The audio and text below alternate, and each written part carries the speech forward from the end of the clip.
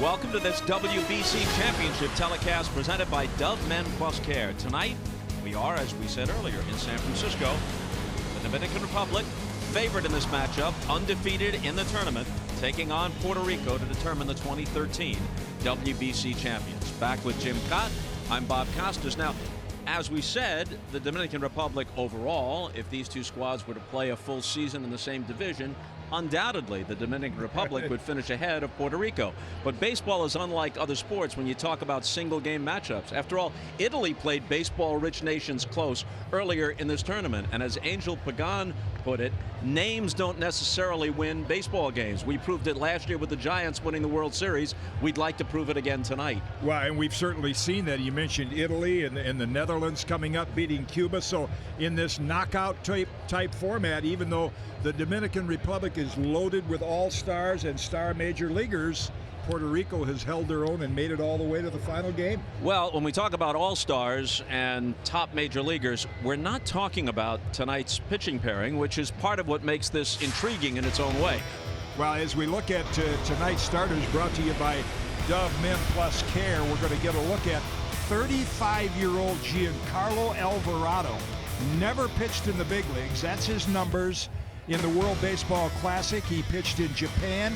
He is really looking forward to this challenge tonight, carrying the flag of his country on his back. Samuel Daduno pitches for the Minnesota Twins. If he gets the ball in the strike zone, he has about as much movement on his pitches and is unhittable as any pitcher in this classic. He had 15 starts last year for the Twins, went 6-5, ERA about 4.5. He has a spot on their roster, but he is not assured a spot on their opening day roster. He's with them in spring training. So as is the case for a number of players in this tournament, this is also an audition for possible big league jobs. No question. There's a lot of these players looking for exposure with the scouts in the stands, hoping that if they pitch well tonight, in the case of Daduno and Alvarado, they'll get a big league contract or at least a tryout. With additional thoughts on tonight's pitchers, here's Tom Verducci. Well, that's right. This tournament began with 16 teams and plenty of international star power. 7 former MVPs, 5 former batting champions, and 1 former Cy Young winner. But it's one of the charms of the tournament that right next to the All-Stars, you get the baseball dreamers and the baseball lifers. And in fact, the spotlight is on 2 of those tonight. Samuel Daduno and Giancarlo Alvarado have combined to pitch 26 professional seasons for 10 different organizations, and combined they have 6 major league wins, all of them by Daduno. Tonight the portfolio doesn't matter. All that matters is they get the ball in what most likely is the biggest game of their lives. All right, Tom, thanks. You can pick out lots of examples. Nelson Figueroa at age 38, pitched in AAA a year ago, previously a big leaguer. He threw 6 shutout innings against the United States only several days ago. You don't necessarily have to be a superstar to win a single game, even a big game in baseball. We'll see what comes up next when we give you the lineups and get to the first pitch. Championship game from San Francisco is next. Welcome back to the WBC Championship game presented by Dove Men Plus Care with Jim Cott and Tom Verducci. I'm Bob Costas, and it has begun to rain, not heavily, but there has been rain in the forecast since last night, and this game will be played under regular season rules. It does not have to be played to a 9-inning conclusion, as would be the case in a World Series, for example. If the home team, in this case the Dominican Republic, is leading after 4.5, or the visitors Puerto Rico after 5 full, and they can't continue after that, that will be that. Yeah, and you hate to see a championship decided like that, but these teams, players in these teams, have to get back to their major league teams, and thus those kinds of rules are in effect for tonight's game. Here's a look.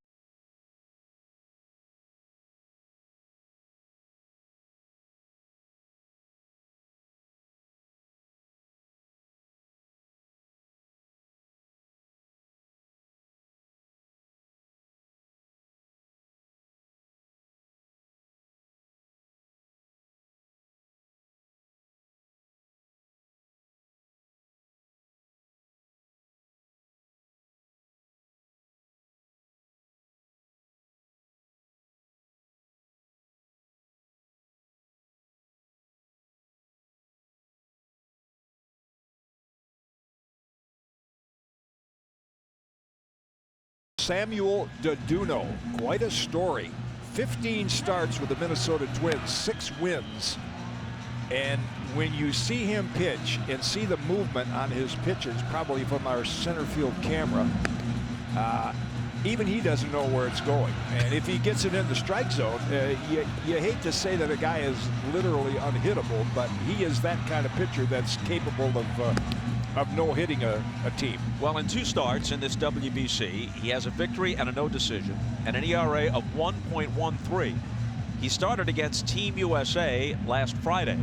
Threw 4 innings, gave up 5 hits and 1 earned run, walked 2 and struck out 7 in a no decision. Tony Pena with his pitching coach Bill Castro right there, and both managers will, you mentioned it's beginning to drizzle, and with the regular season rules in effect, it's always important to score first, but particularly against the Dominican Republic, you want to score first. As you see, their 7-0 record because their bullpen has dominated this event. And both managers are going to look to get that first run on the board should it be a rain-shortened game. And for Angel Pagan, a warm welcome on a chilly night in San Francisco.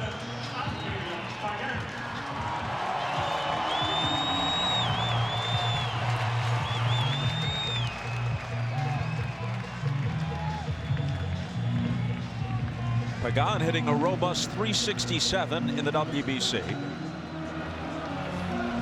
Last year led the National League with 15 triples. This is a quirky ballpark. The deepest dimension is to right center, 421. So if a ball is hit in the gap, especially in that direction, you can run a while. That leads to a lot of triples. Duno's first pitch is high and away. The plate umpire is Ted Barrett, who works in the major leagues. Half of the 6 umps are major league umpires, and the other half are from international backgrounds. And you mentioned the dimensions of AT&T Park. Our good friends and colleagues that occupy this booth when the Giants play, Mike Krukow and Dwayne Kuiper, call that Triples Alley. That one's down and in, 2-0. Nelson Cruz in right field has Pagan played way off the line. All kinds of room between Cruz and the 309 sign in right. 309 down the right field line, 339 to left, 399 to straightaway center, 421 to that alley in right center. And unlike previous games, last 2 nights, just a gentle breeze tonight at AT&T Park. And the 3-1 pitch is lined hard to right, falls in front of Cruz. Leadoff hit for Pagan.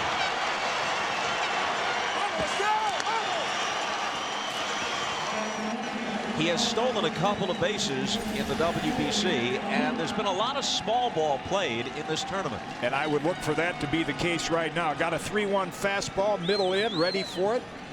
And that immediately sets up a possibility of Falou trying to drop down a sacrifice bunt.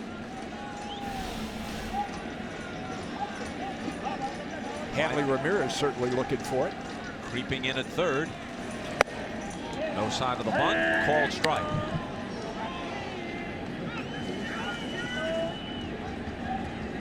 Falou played 24 games with the Royals last season. Made the most of that opportunity, hitting .341. He's a switch hitter like Pagan, who preceded him, and Beltran, who will follow him. So the first 3 in the order for Puerto Rico hit from both sides of the plate. The Dominican Republic is the home team tonight by virtue of its better overall record in the tournament, which includes 2 victories head-to-head against Puerto Rico. There's the bunt, but it's foul. Yeah, and a very poor attempt by Falou there. If you're going to sacrifice, you get the bat out in front of the plate and give yourself up. He almost bunted at that. Actually, like he was, missed it. Yeah, I thought like he was bunting for a base hit. At any time the barrel of the bat is below the ball and the bat is behind you, you have very little chance of bunting it into fair territory on the ground.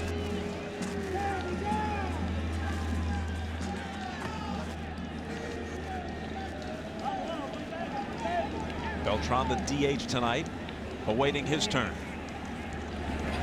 A little tapper. It stays fair, and there's the out at first with Pagan moving up.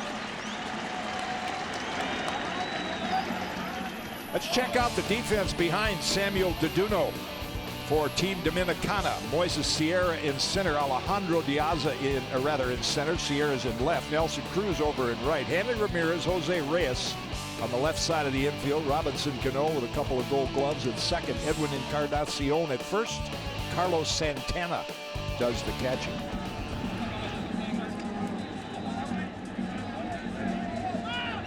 Jose Reyes chatting with Angel Pagan as Beltran settles into the box. He has played in all 3 WBCs to date, hitting just .207 in this one without a home run.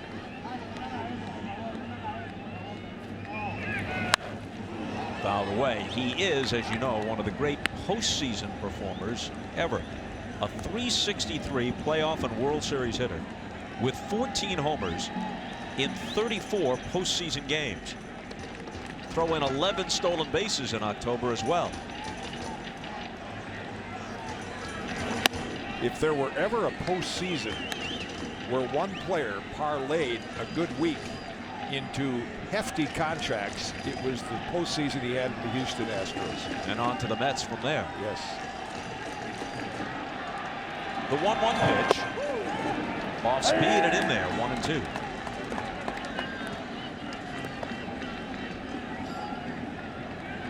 Beltran's Cardinal teammate Yadier Molina waits on deck.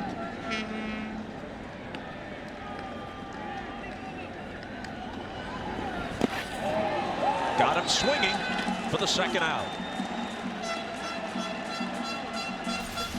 Well, you see a hitter like Beltran swinging at a pitch this far out of the strike zone, it gives you an idea of the natural stuff that Sammy Daduno has.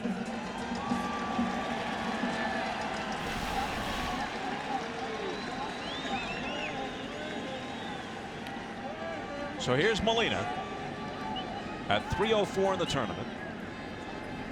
4-time All-Star, 5-time Gold Glover, and has done his usual masterful job handling this Puerto Rican pitching staff, which is really not terribly deep, not loaded with major league quality performers, but he's kind of coaxed them through. Boy, coaxed and carried. I mean, he puts a finger down, they throw it. There's no shaking off. And in addition to being a great catcher, Bob, I think what he has really become known for as well, he's been a very good RBI guy. His average may not be among the league leaders, but with men on base, he's been very productive during his career. Pagan, who opened the game with a single, is at second now with 2 out. Daduno ahead of Molina, 0-2. Curveball, caught him looking.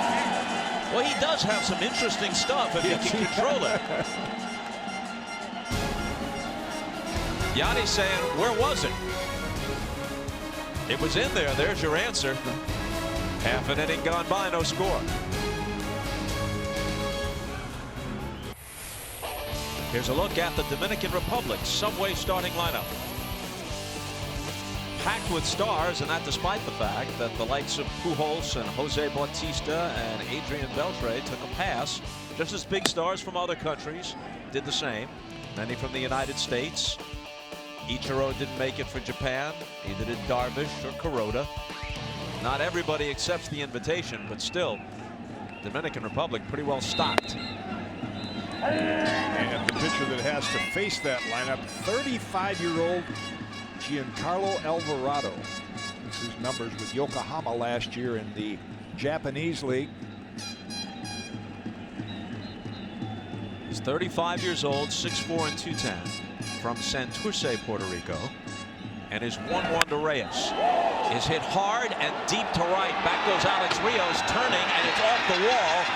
To second is Reyes, and he slides in safely there.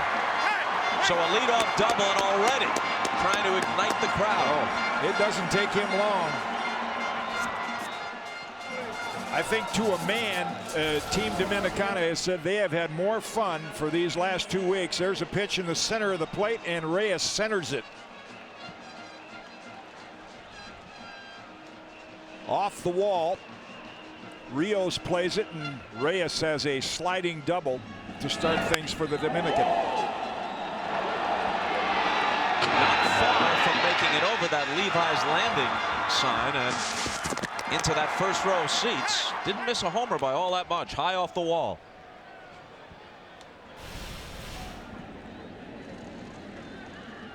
So here's the switch hitter, Eric Ibar of the Angels.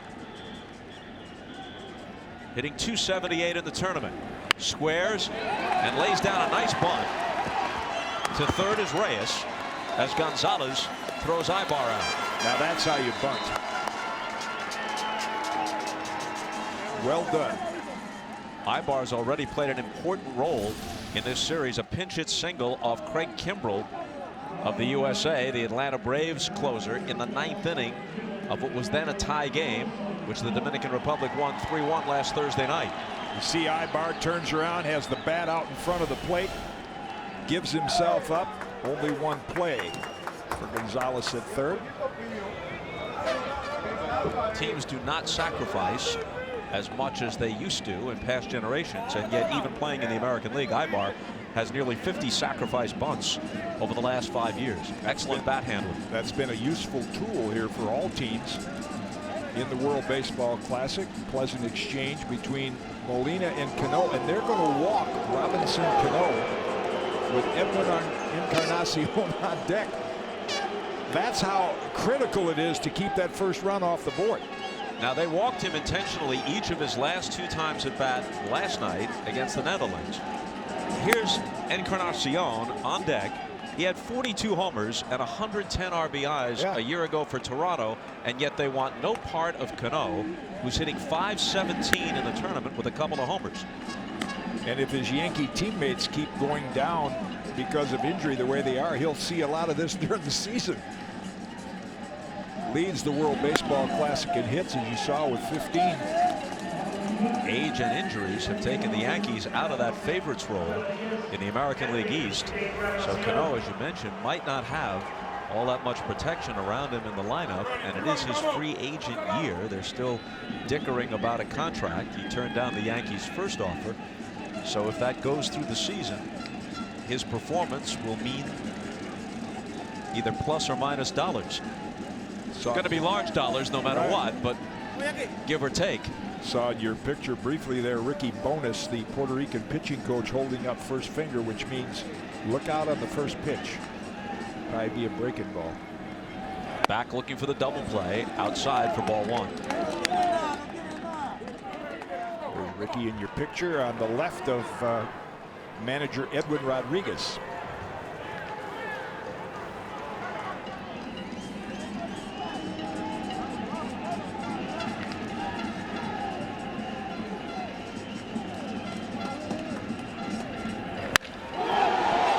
Center field toward right center. On the run is Pagan. He's not going to be able to get there. It'll go all the way to the wall.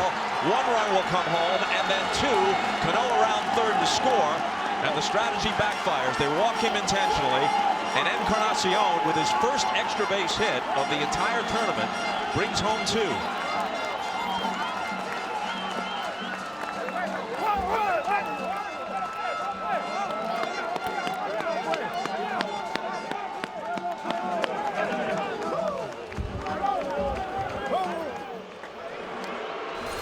Well, they've dominated this tournament so far. They've done it with their pitching, but now their offense gets going. A flat slider from Alvarado, and Encarnacion drives it to the wall in right center.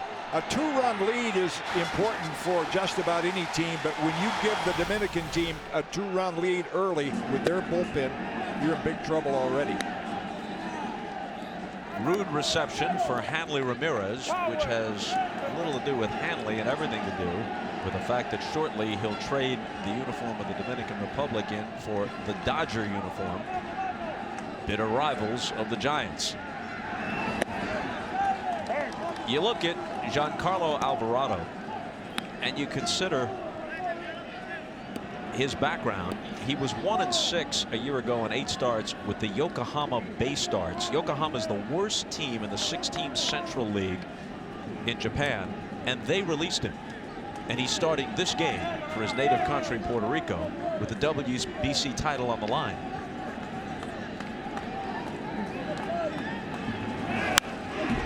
those familiar that have followed the Classic know about pitch limits and when pitchers are eligible to pitch again. Nelson Figueroa, who did such a great job against Team USA, would not be eligible to pitch until tomorrow. He would be the logical starter they'd like to use. So Alvarado really is a third or fourth choice on the depth chart. Eram Burgess, promising young pitcher, beginning to loosen up in the Puerto Rican bullpen already.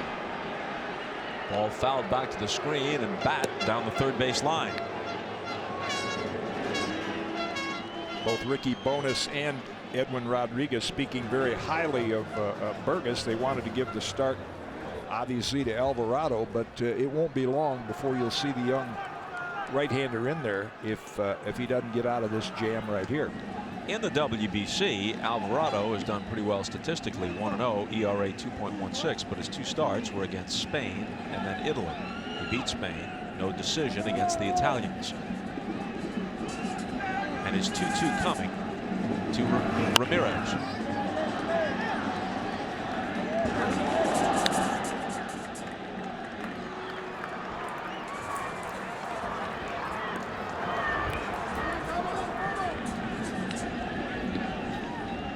Alvarado trying to limit the damage. The only man he has retired was Ibar on a sacrifice bunt.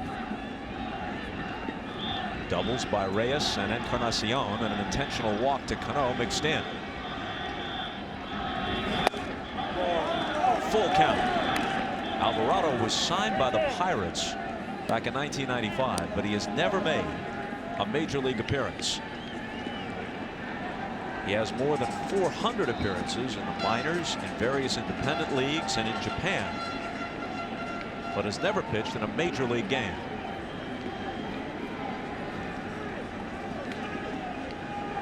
And his 3-2 to Ramirez. In the air to shallow center. Make it right center now, with Rios drifting over to make the catch.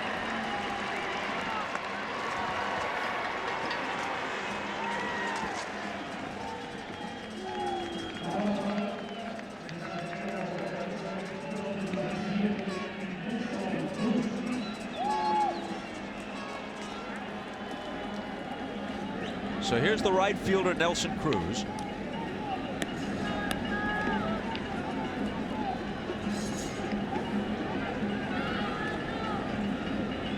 Like Carlos Beltran, one of his opponents tonight, he has a glowing postseason history.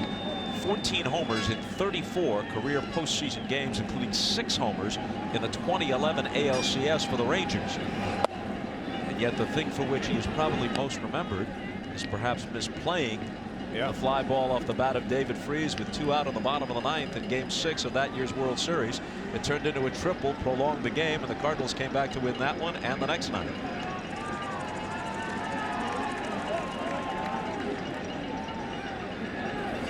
It's another one of those examples, Bob, of all the statistics that are available in our game.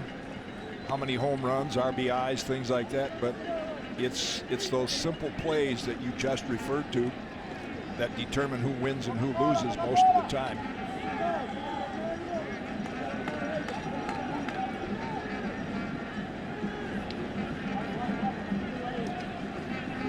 Alvarado's 2-0 to Cruz. It skips away,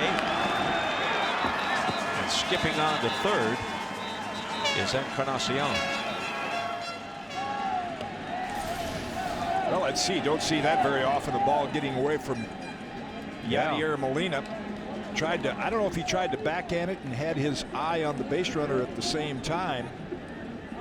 That's not usually Yadi's style. He'll get his body out there and block that pitch. That was unusually sort of a complacent attempt by him. See if Cruz is swinging on 3-0. It gets the outside corner.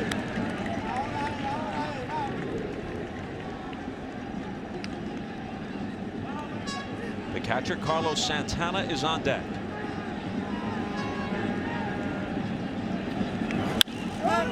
In on his fists and popped up into foul ground. Andy Gonzalez puts an end to the bottom of the first. This World Baseball Classic Championship telecast is presented by Dove Men Plus Care. Care for what matters, and by Cisco. Tomorrow starts here. And Subway, the official training restaurant of Mike Trout, Ryan Howard, and athletes everywhere. Staked to a 2-0 lead, Samuel Daduno faces Mike Aviles in the top of the second. He lifts one back of the plate. Santana has it.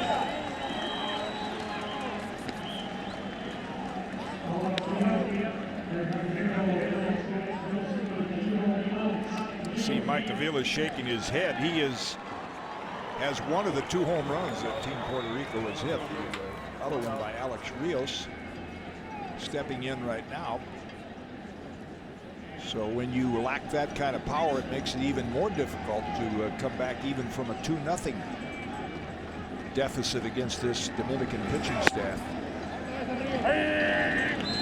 Rios hadn't done much in the WBC until the semifinal game the other night against Japan, when he snapped out of it by going 2 for 4 with that home run. Wow. 0-2. Well, if there's any question about Samuel Daduno's control so far, it's spot on. Watch that front knee. You see, we call it the jelly leg. You see Alex Rios, that front knee just kind of gave way a little bit. You think Ron Gardenhire and Terry Ryan are paying attention to what's happening tonight, at least so far? They know what they have here if they can get him to throw the kind of pitches he's thrown here in the early going. He's 29 years old, so he's been around a while. 6'3", 190 from La Romana in the Dominican Republic. His 1-2 pitch to Rios got him swinging for his 3rd strikeout. Looked like another good break. It's tough to tell whether it was a curveball or a changeup, because all of his pitches have so much movement. Curveball. And I think he knows, too, the security of the pitchers he has behind him. That was a changeup.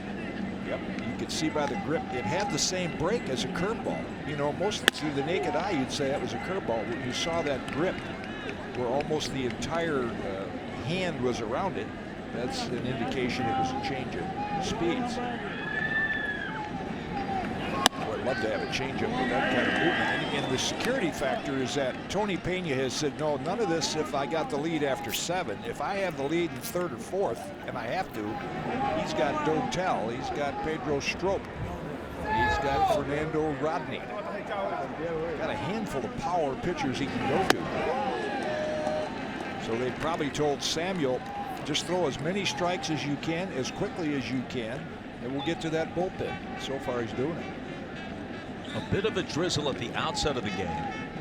That has disappeared, at least for the time being. And that's a factor too for those who were with us from the start. We're playing it under regular season rules, so it could be a rain shortened game if the predictions are true that it's supposed to begin to rain quite heavily. 4 strikeouts for Daduno, 2 in each of his first 2 frames. Welcome back to the WBC Championship game presented by Dove Men Plus Care with Jim Cott and Tom Bernucci.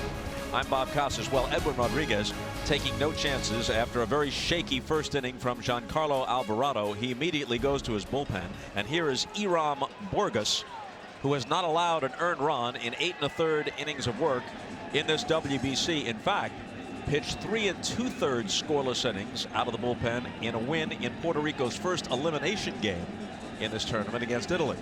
When you look at those numbers last year combined, Class A, AA, AAA, very impressive. First man he'll face is Carlos Santana, switching catcher with the Indians. They got him from the Dodgers in a deal a few years ago for Casey Blake. Blake was a useful veteran, but that is no doubt a deal the Dodgers regret. Probably like the Doyle Alexander for John Smoltz, our colleague. Maybe not quite, but back at 8. Of course, that helped the Tigers at the time, sure. 87, but the Braves got a Hall of Fame starter and reliever in that deal.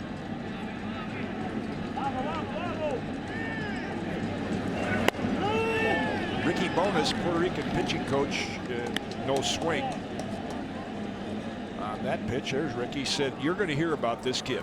25. He's got 4 pitches. He's not overpowering, but as you saw by his numbers at A, AA, AAA, earned run average combined under 2.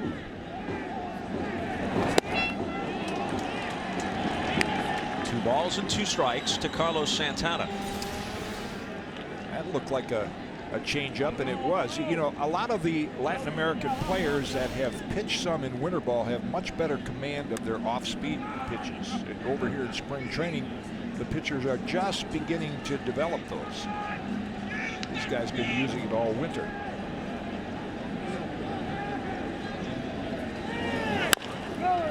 Chopper, fair ball. Rivera over to Borges covering. Well, in addition to Carlos Rivera at first, let's check out the rest of the defense for Team Puerto Rico. Around the outfield, they have Jesus Feliciano, Angel Pagan, and Alex Rios. Andy Gonzalez, Mike Aviles, Irving Falou, and Carlos Rivera. And, of course, the gold standard gold glover, Yadier Molina, behind the plate.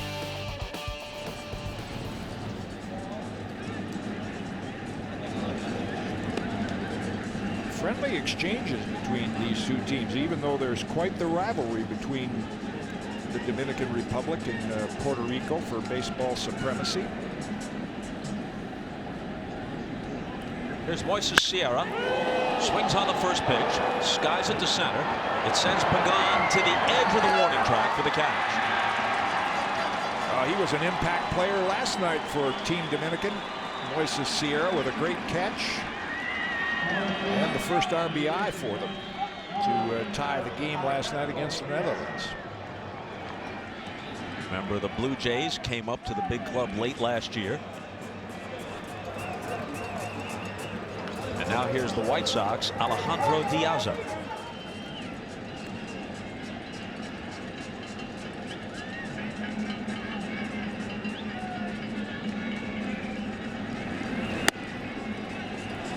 Ted Barrett, the plate umpire, seems to have a generous strike zone tonight, which should move things along.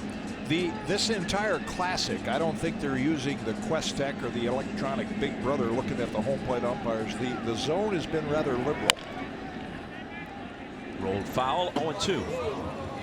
Iram Borges out of the bullpen now for Puerto Rico. As Kitty mentioned, pitched at all 3 levels in the Brewers organization last year, A, AA, and AAA. And appears to have a future, and it may be in the near future, in the big leagues with Milwaukee. Be a rare, outstanding pitcher under 6 feet. Pedro Martinez, one of those. Nowadays, it seems like last night we saw 7'1" Luke Van Meel from the Netherlands. Nowadays, it's tough to get signed if you're less than 6'3". Here's Burgess at 5'11". Think of Mike Boddicker. Successful with the Red Sox and Orioles, but very rare successful pitcher in the big leagues less than 6 feet. Bounced up there, but he swings and misses. They've got to complete it by throwing to Rivera at first. And Borges comes out of the bullpen and restores some order with a perfect bottom of the second. 2-0 Dominican Republic.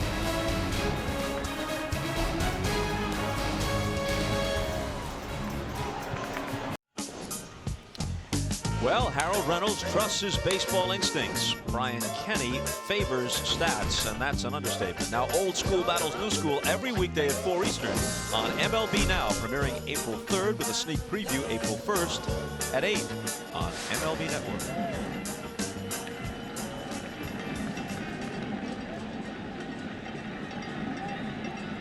Can't beat the vista in and around AT&T Park. Fastball right at 90 for strike 1 to Andy Gonzalez.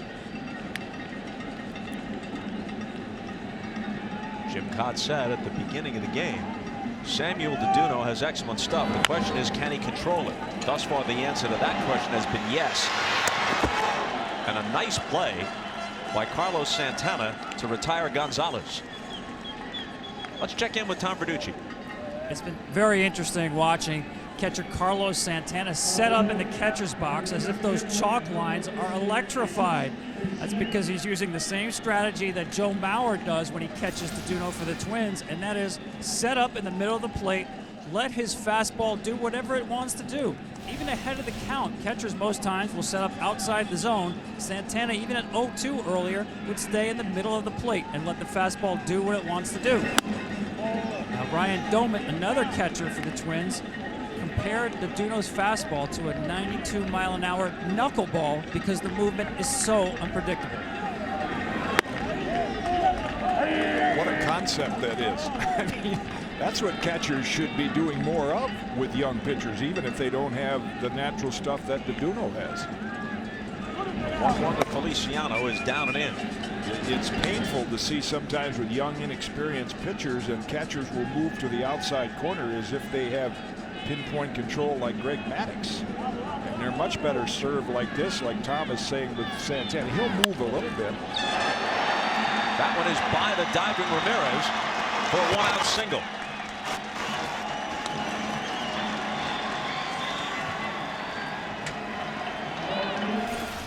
Nice at bat there by Feliciano. The pitch diving low and away. And instead of trying to pull it, with Ramirez playing in shallow, slaps it the other way and gets Pagan to the plate.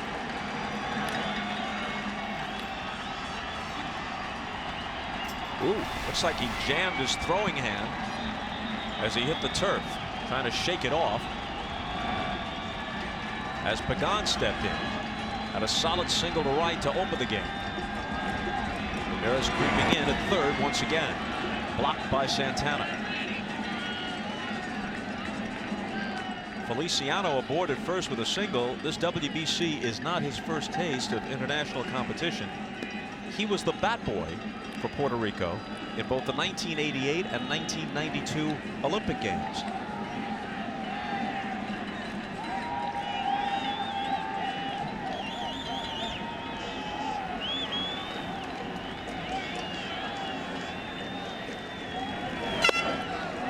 We talked about the passion of both these teams, and you referred to Feliciano being a bat boy back with the Puerto Rican Olympic teams, but there's the good movement again of Daduno. Pagan thought it was high, but it was just a little above the belt. A lot of these players on both of these teams have played now in their third WBC, so they have come to understand the intense competition and how passionate teams and countries are about it. I think that's what was a surprise to a lot of the United States players that played in it for the first time. They didn't really realize how intense. Nice pitch again there. Good movement outside corner.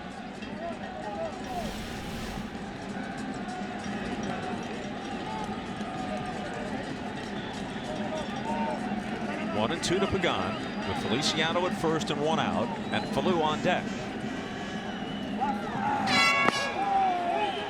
Held up. They check at third, but the count levels at 2-2. Daduno starting in this championship game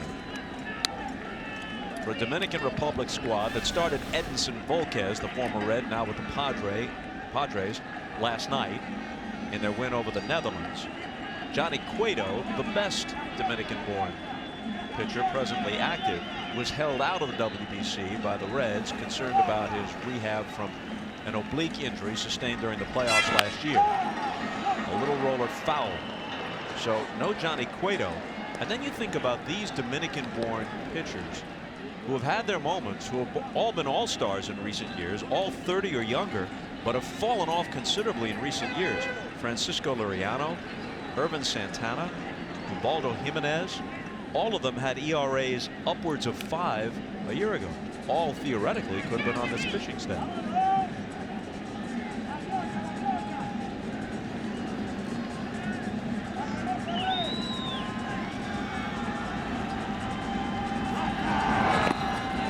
Full count, it gets away, and Feliciano takes off. No throw from Santana.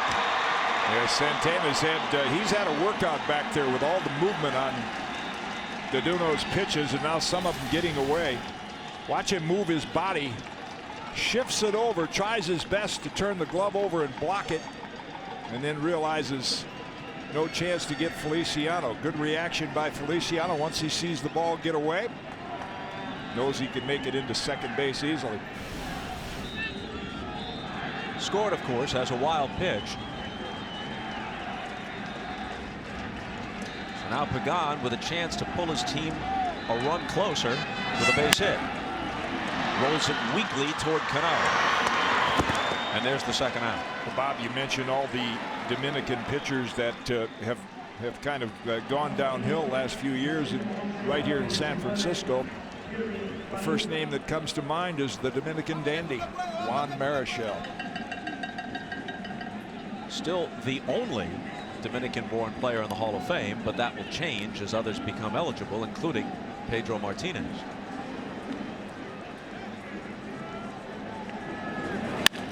Hit sharply, but it's gloved by Daduno, and Puerto Rico is turned away.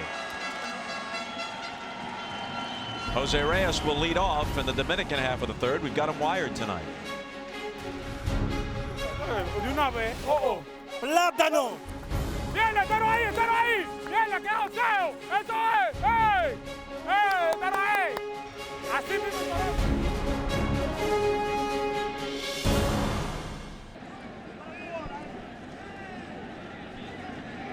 Top of the order in the third inning for the Dominican Republic. Jose Reyes led off the bottom of the first with a long double off the wall and right, and scored ahead of Robinson Cano on a 2-run double a while later from Edwin Encarnacion.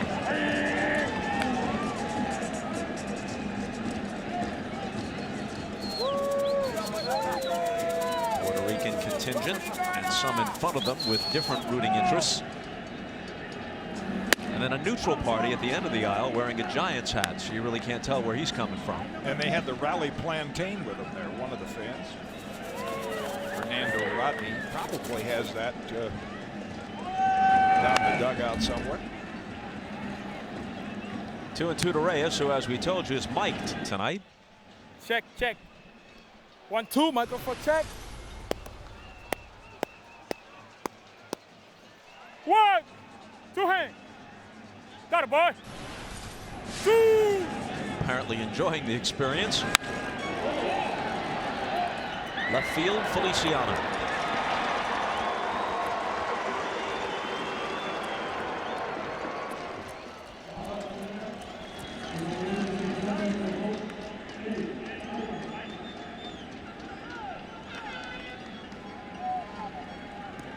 So now here's Eric Ibar, who laid down a perfect sacrifice bunt in the first.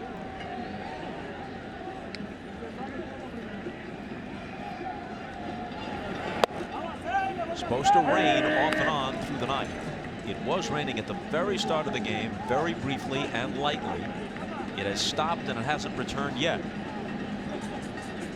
But apparently these folks have not gotten the word, or they just want to be prepared for when it starts again. That's going to drop in for a hit. 1-out single for Ibar.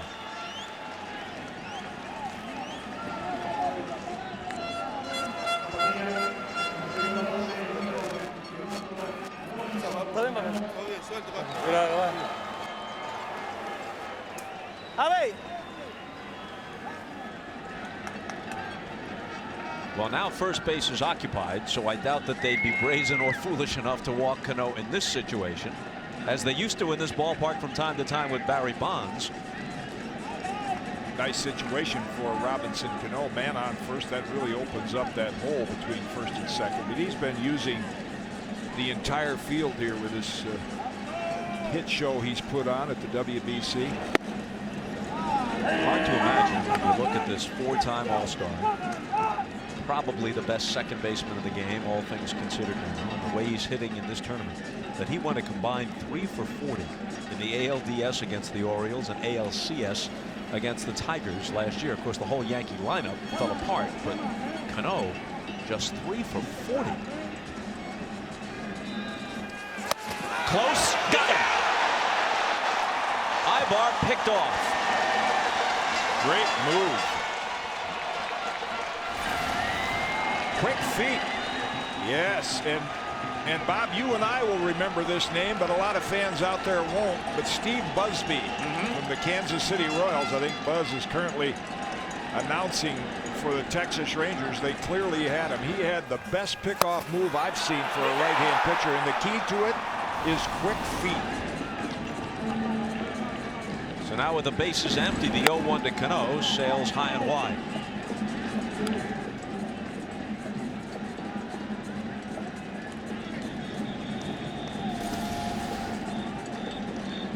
Sweep tag by Rivera and got it on the shoulder of Ibar before he got his right arm in there.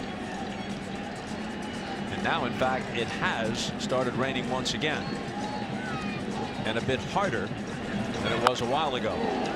Turning away from it, makes contact and fouls it off. You mentioned the numbers for Robinson Cano postseason play, and that happens so often. And sometimes people, you know, they say, well, boy, he just didn't produce in the postseason. That's where you're seeing your best pitchers. That's where stats can be so deceptive. You can make a living hitting off those number 4 and 5 starters during the season, but when it comes down to postseason, you're looking at Verlander and pitchers of that caliber. Poked the opposite way. Feliciano tracks it down. 3 in the books. Rain falling. It could be an official game if this score holds after as little as 4.5. It's 2-0 Dominican Republic after 3. I guess the guy with his back to us is the coxswain. Pull, make your way through McCovey Cove, but be mindful that this copyrighted telecast is presented by authority of World Baseball Classic Incorporated.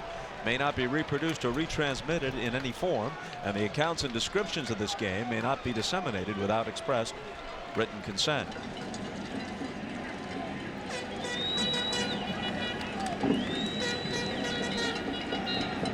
Part of the order for the Puerto Rican squad in the top of the 4th, Beltran, Molina, and Aviles. Rain falling steadily now. Yeah, the challenge for Sammy Daduno, he knows that. Everyone does. They have a lead. They want to get 2 more innings in, but you don't want to rush so much that you disrupt your pitching motion. You'd like to just get it and throw as many strikes as quickly as you can. You can begin to see the rain even on your screen.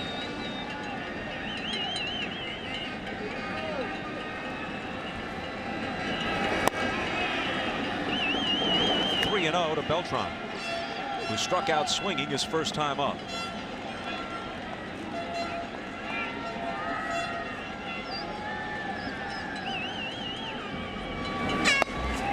He walks him on 4 pitches.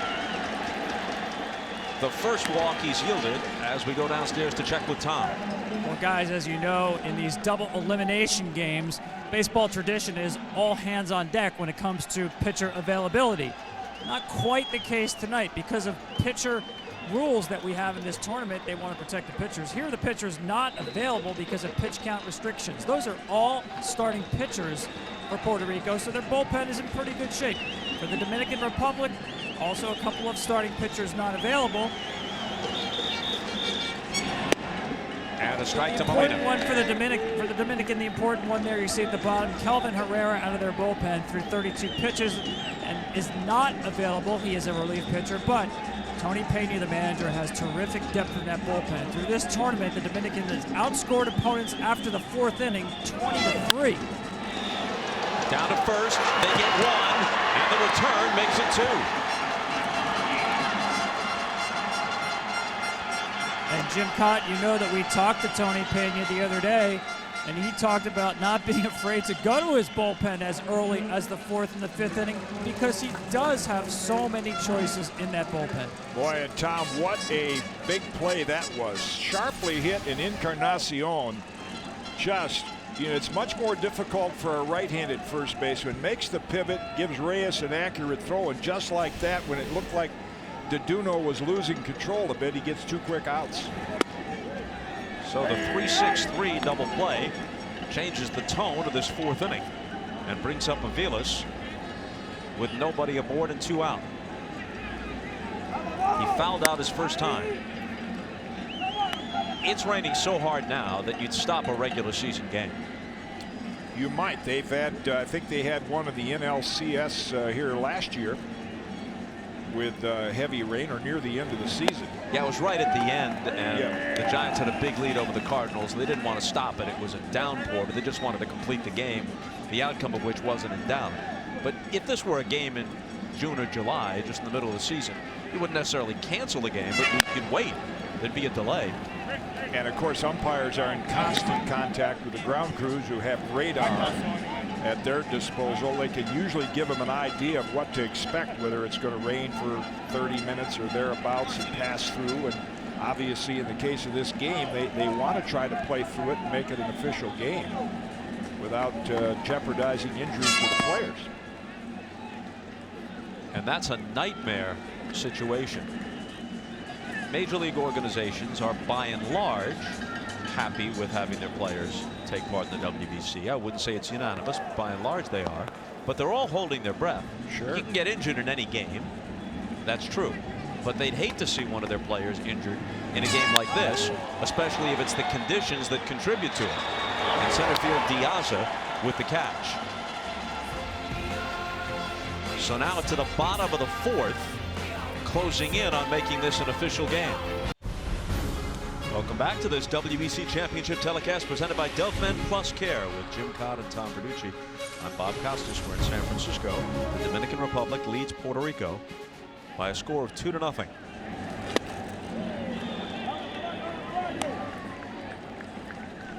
This is pretty close to what you could call a downpour now. A while ago, a member of the grounds crew had a conversation with Ted Barrett, kind of updating him on what the radar shows, and we'll play that back for you in just a moment. Barrett being the plate umpire. Interesting to see what approach the Dominican hitters take. You don't want to think that a 2-0 lead is safe, but yet you'd probably like to say, let's make 3 quick outs, get out in the field and see if we can hold this lead. Guy at the plate right now, Encarnacion, is the man who gave them the lead with a 2-run double to right center field in the bottom of the first.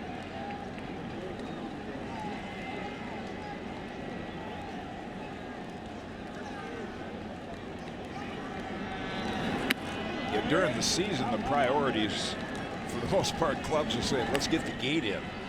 You know, I've played in games. I think Terry Francona, his career was altered in a game in St. Louis back in the early 80s when he slipped on a wet warning track, tore up his knee. Good curveball.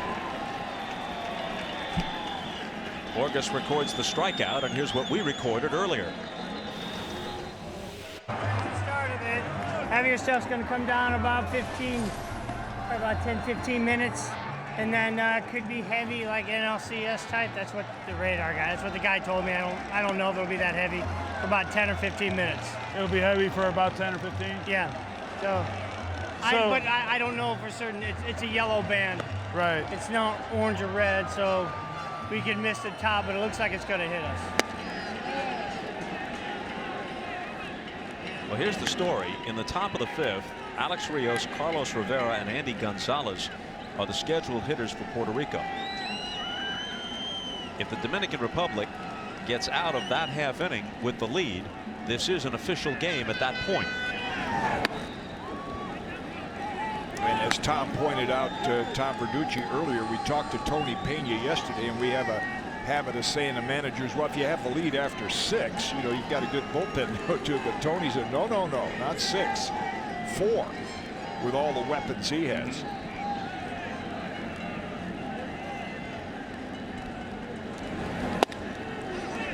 2-1 to Ramirez, who's just 4 for 21 in the WBC, but 2 of his 4 hits have been home runs.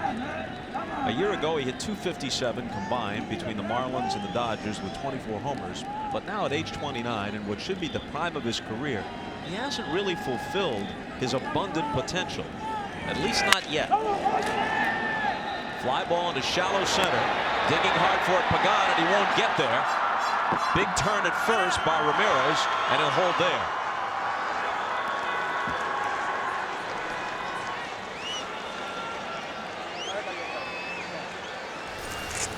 As he goes skidding after it, it's close to being a water slide situation. Well, out of the off the end of the bat, and that's just not good professional base running right there. Hanley Ramirez should be on second base. His hitting, you talked about, is the big leg kick that pitchers have been beating him on the high fastball. But see right there, that ball looped out, and he should be on second base right now. No excuse for that. one-time batting champ who didn't sustain that level, has kind of regressed. Still a very valuable player, but has never quite consistently maintained that level that so many foresaw for him. And I think that high leg kick has caused a lot of hitters to kind of alter that a little bit, as pitchers have figured out if they don't get that front foot down in a hurry, they can beat them with a good fastball.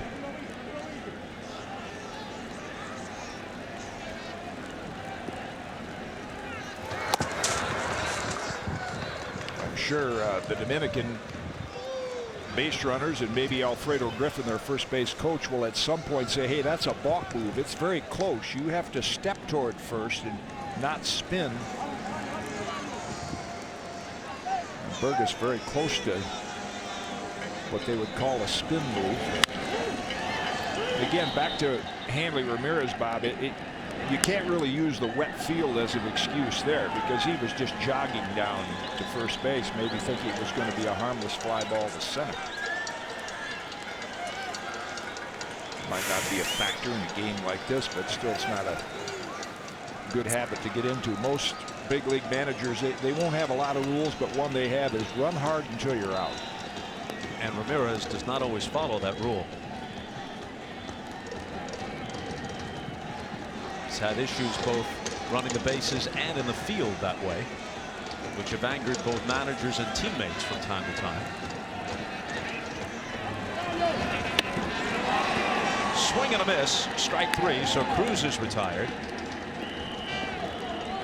And we'll check again with Tom.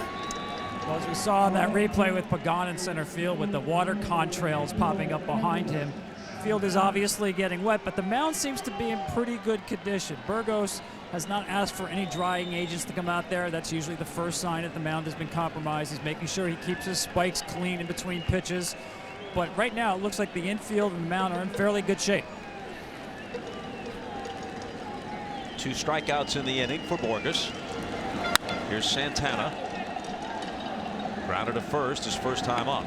Yeah, the point Tom makes, and Ted Barrett has walked out there repeatedly, is again an instant back in the 80s when John Candelaria, great left-hander, slipped on the mound in St. Louis and injured a leg and was out for a period of time. They don't want that to happen.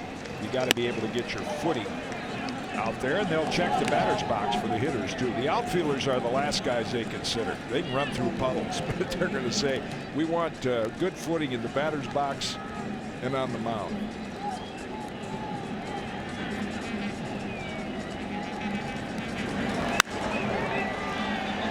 Lifted wide of first. Rivera and the second baseman Figueroa.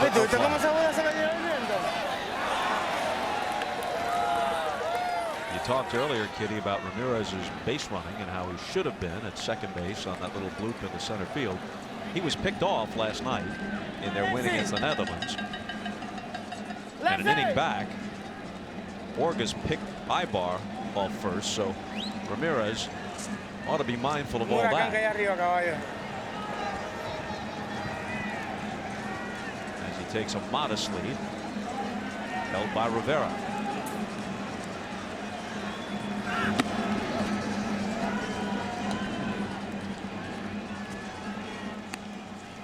Keeping the ball boy busy over there in the third base dugout, Ted Barrett. He's going to get a new supply of dried baseballs. Anything that hits the dirt.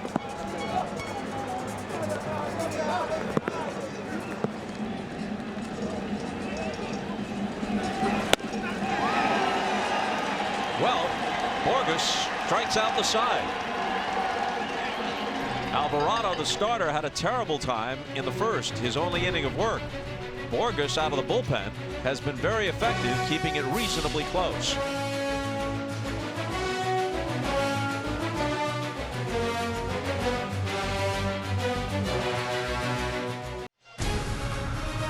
This World Baseball Classic Championship telecast is brought to you by DirecTV. If you call yourself a sports fan, you got to get DirecTV. Call 1-800-DirecTV. And by the Dominican Republic. The vacation of your dreams is closer than you think.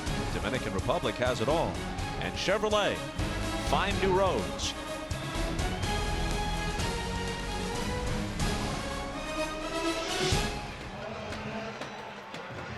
Even the mascot has to seek cover. His head is so large he requires something closer to a tent than an umbrella.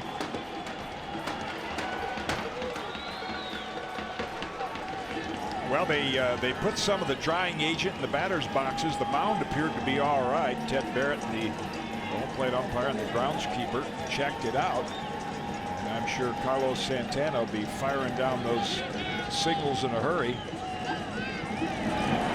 Ball one from Daduno. With all the superstar ball players that have come out of the Dominican Republic, Samuel Daduno, a guy with a limited and spotty major league history to this point, could become a very celebrated young man on the island if this continues tonight.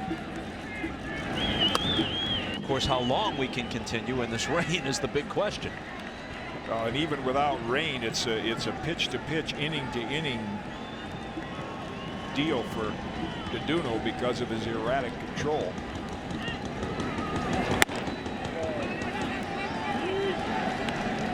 But tonight he has struck out 4 while walking only 1. That's through 4 innings, with Rios leading off here in the 5th. In there for a strike. Tony Pena, who you just saw in your picture with a towel wrapped around him, he'd rather not send one of his relievers down to the bullpen in this rain and begin to loosen up. But one base runner, he may be forced to do that. Walked him. His second walk. He walked Beltran to start the 4th, but then Molina grounded into a double play. Now up comes Carlos Rivera, representing the tying run. You know, they have batting cages underneath all these new ballparks. And instead of going to the bullpen, there might be enough room for a pitcher just to go underneath there and warm up where it's dry.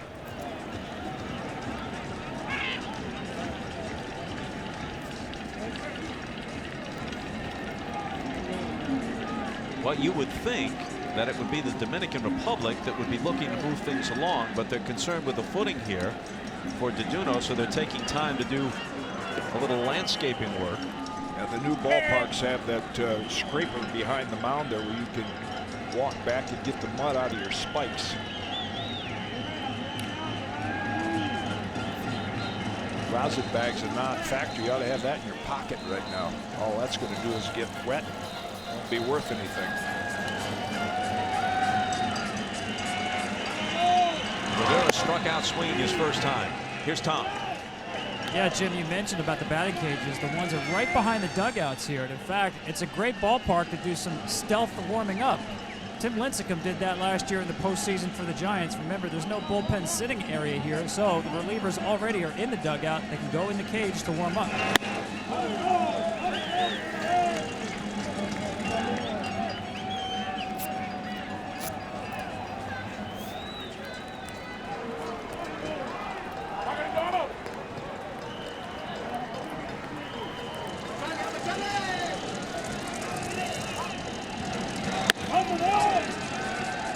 Balls and a strike to Carlos Rivera. Enthusiasm here dampened literally and figuratively. No Team USA.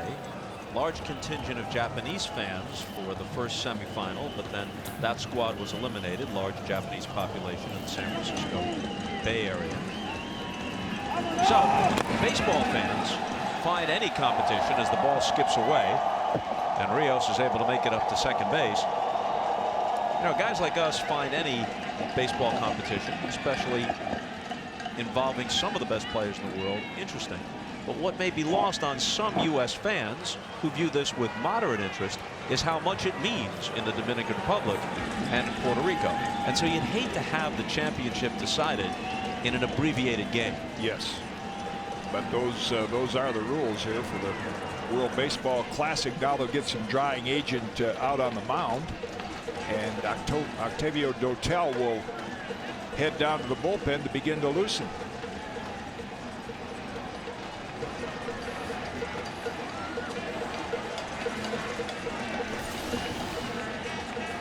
There you can see the mud on the bottom of Samuel Daduno's spikes. Used to keep a tongue depressor behind the mound for, you know, you get down on one knee, and now they have the rubber scraper. the last thing you want as a pitcher, that lead foot, you want to be able to plant it and have it stick and not slide for a couple of reasons. One, you don't want to pull a hamstring. Also, when your foot slides, you're probably going to lose control of the baseball. Well, as they tend to the mound, Daduno is going to stay loose. There are two aspects to the World Baseball Classic, at least two. It's an international competition, and to many of the nations, it means a great deal. You see the enthusiasm in the dugouts and in some of the post-game celebrations, and as Tom mentioned at the beginning of this telecast, some 74% of households in Puerto Rico watched at least part of last night's game, and they're showing this game tonight in theaters and in a stadium in San Juan. So you have that aspect of it. But we also have to be honest, it's also been created as a marketing tool in an ongoing attempt to globalize baseball. So if you ask Bud Selig, gave him truth serum, would you like to see at least once a team from the Pacific Rim?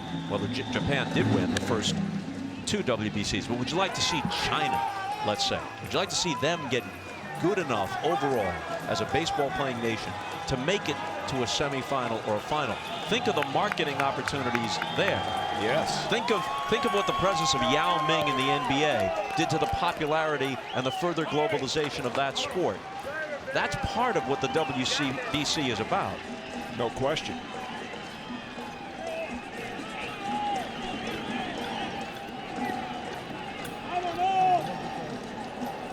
Well, they've improved things at least a little bit for Daduno. And on his first pitch, as action resumes, there's a fly ball to right. Nelson Cruz circles it and takes it.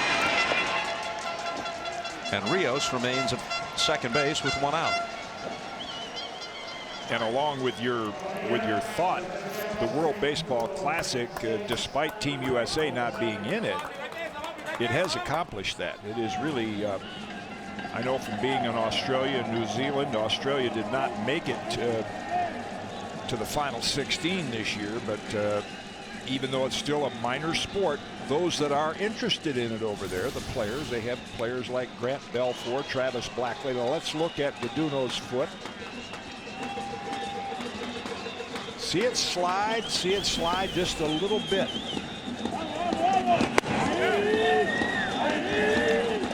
Had a 1977 playoff game played in a downpour in Philadelphia. Tommy John pitched for the Dodgers, and it was a bit of an advantage for TJ because he was not a power pitcher. He just kind of put his foot down and threw the ball. Steve Carlton, on the other hand, suffered a little bit from that wet mouth. I'll tell you, I don't know if it's changeup, curveball, or what he's throwing, but it's got a lot of break to it. And again, you're going to see his foot plant and then slide ever so slightly. That's a Tim Lincecum type stride. But unlike Lincecum, who's 5'11", Daduno is 6'3". This ball is hit into the air toward the gap in left center field. On the run and making the catch is Diaz. A nice over-the-shoulder grab, and back to second is Rios. Boy, that was a nice I mean, this ball was smoked, and you can see Diaz. He's running like he's going to cut it off, and all of a sudden he has to run like a post pattern. He has to start taking off toward the end zone, and through the raindrops and everything, tracks it down to the delight of Daduno. Outstanding play. Could be a game saver with the rain coming down. You saw how deflated Gonzalez was as he rounded first base and stared out toward Diaz. He really stung that one and came away empty. Here's Feliciano.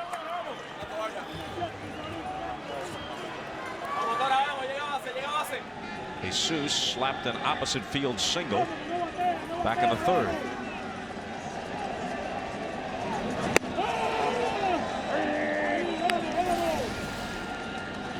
Here's the reaction by Gonzalez. Thought he had a gapper. Diaz denied it.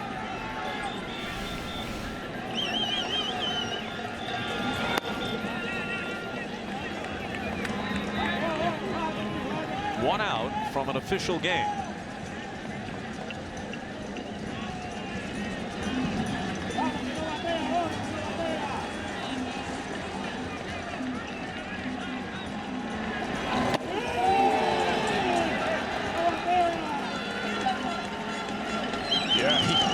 a deep breath. He got a nice break there.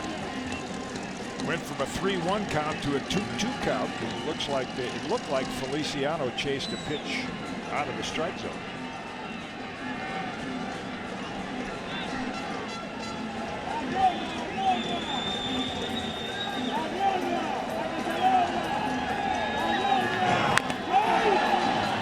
Got a little piece of it, and it holds at 2-2. Again, Tom Verducci. Yeah, I spoke with the grounds crew down here, and they're actually encouraged about the forecast now that the heavy stuff is just about run through here, and after that, it doesn't look that bad. They feel really good about playing 9 innings tonight. Let's hope they're right. Another 2-2 to Feliciano. Way outside, and Santana saves the wild pitch. See, the rosin bag is wet. There's nothing to get really a good grip on your finger, and that just squirted right out of Daduno's hand.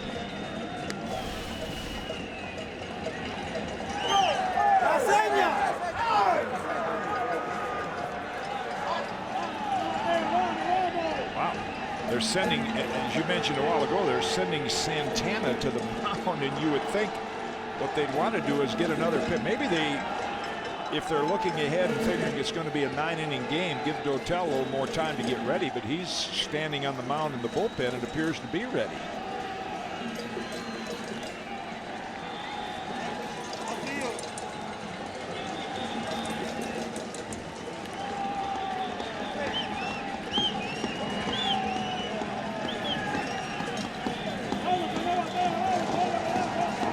Rios away from second, and the 3-2 pitch walked it. Second walk of the inning, third of the game. And that was the 71st pitch thrown by Daduno on this rainy night. Yeah, and a low percentage pitch. You'd think with a 2-run lead, and they're just trying to get one more out to at least make it official, they'd let him try to throw his fastball in the strike zone. Misses with the breaking ball.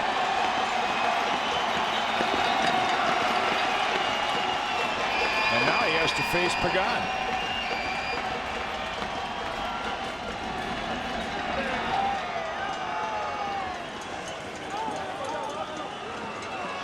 Take a look at the outfield alignment. Diaza hasn't played pretty much straight away. A half step to the right field side of second base. And now a conference on the mound. Some of the fans booing. Pena finding it amusing. What I was starting to say, Nelson Cruz has Pagan played way off the line. So a ball hit into the gap in right center or down the line in right with 2 out would very likely tie this game.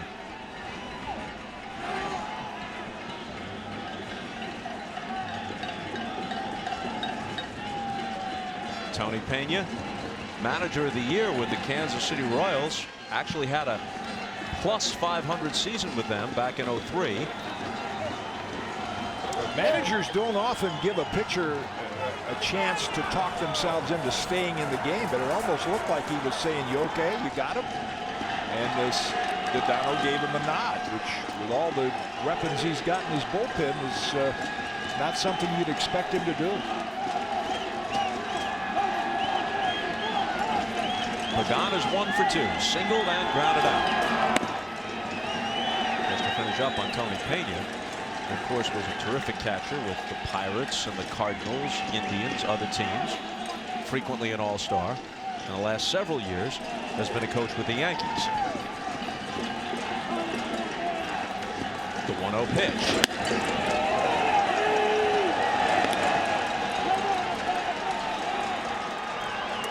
So take a look at how much room there is off the line and then the gap all the way to that 421 sign in right center. Those numbers you see are what would be standard straight up defense. Deeper at second, deeper in right.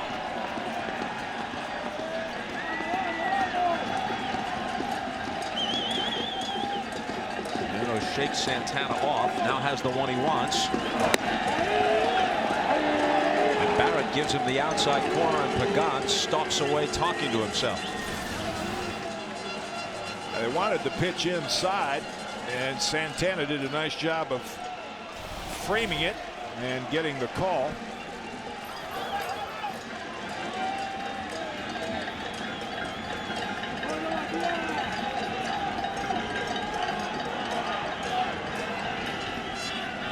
In Rios and Feliciano. Puerto Rican team has good speed on the bases now.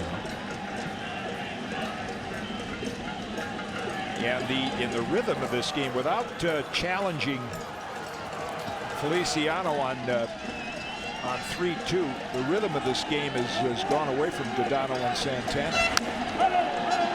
You know, they had a nice pace going. He had good control.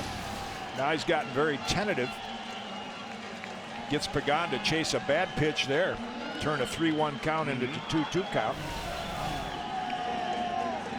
The rain has noticeably subsided.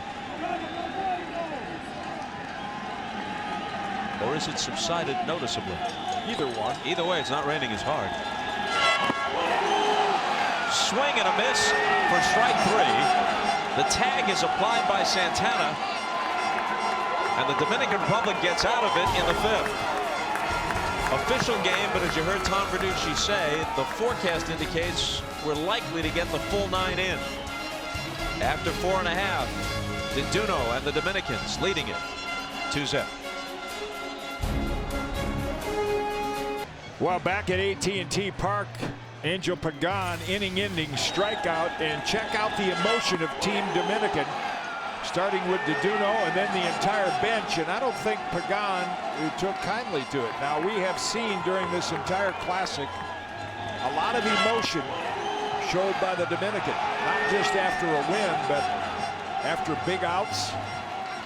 And that seems to be their style. Sometimes it'll annoy other teams. And Bob, I don't know if you recall, there's Reyes, who is the leader of that crew. I don't know if you recall a hockey announcer from Minnesota, Al Shaver. Yes. Who did the North Stars games, and he had a sports show, and I always loved the way he signed off, and I took it to heart. When you lose, say little. When you win, say less. I don't think that plays anymore. It doesn't play anymore in general, and certainly the tone, at least for some of these teams, the WBC, has been one of exuberance, and yes, regular season major league protocols do not apply. Yeah, I can remember when the Yankees clinched the pennant in Minnesota in the 60s, and they just shook hands on the foul line, went into the clubhouse and went about their business, because, you know, they're used to winning every year anyway. But those times have changed, in particular here in the World Baseball Classic. A lot of emotion.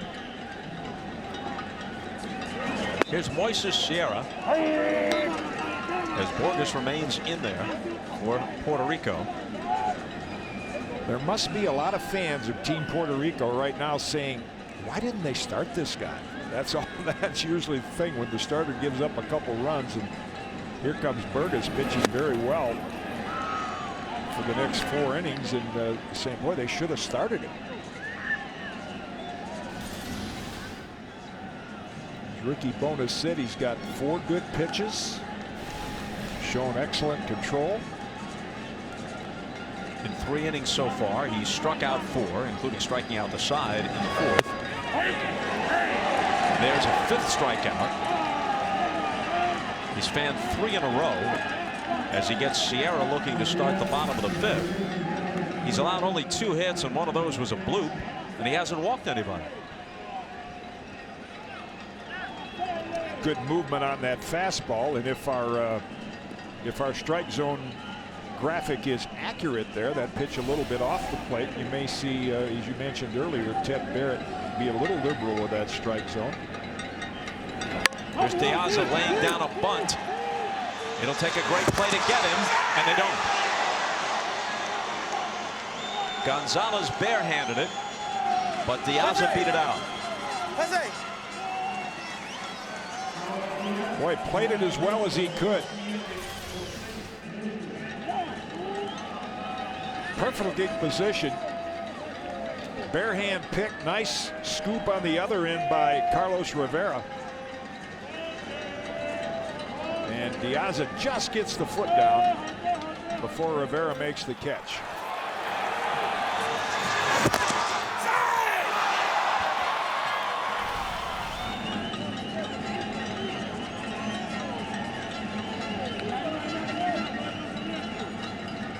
Back to the top for Reyes, who's doubled and flied to left.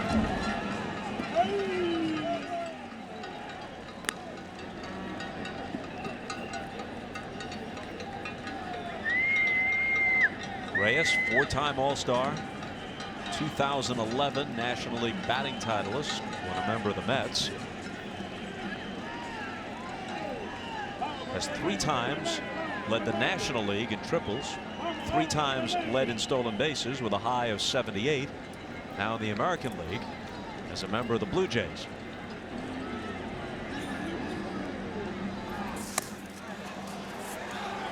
Diving back is Diaza. Look at the American League East. The Yankees beset by advancing age and injuries. The Red Sox coming off a disastrous season. The usual powers, question marks surrounding them. Tampa always resourceful. You never know. Baltimore had a green season a year ago. Can they sustain it? They won an uncommon number of extra innings and 1-run games last year. So Toronto makes huge moves, bringing in Melky Cabrera, bringing in Jose Reyes, adding R.A. Dickey, Josh Johnson. Could make a case in that division for all 5 teams, any of them finishing first or last. Should be pretty competitive this year. Throw in Mark Burley too, and Jose Bautista missed a number of games last year. He should be back for the full season. Formidable lineup. Pitch out, nothing on. You looked at a team like the Blue Jays in the American League East and you said really their best hope for years and years would be to petition to be relocated to the Central maybe. Right. But now, given the circumstances of other teams and the roster that they've put together, they seem to have a legitimate shot at it. Might be on the run here after a pitch out. Good time to do it. Ooh, nice pitch. I'll tell you, Ricky Bones is right. So you're going to hear about this young man. Good control of his off-speed pitches.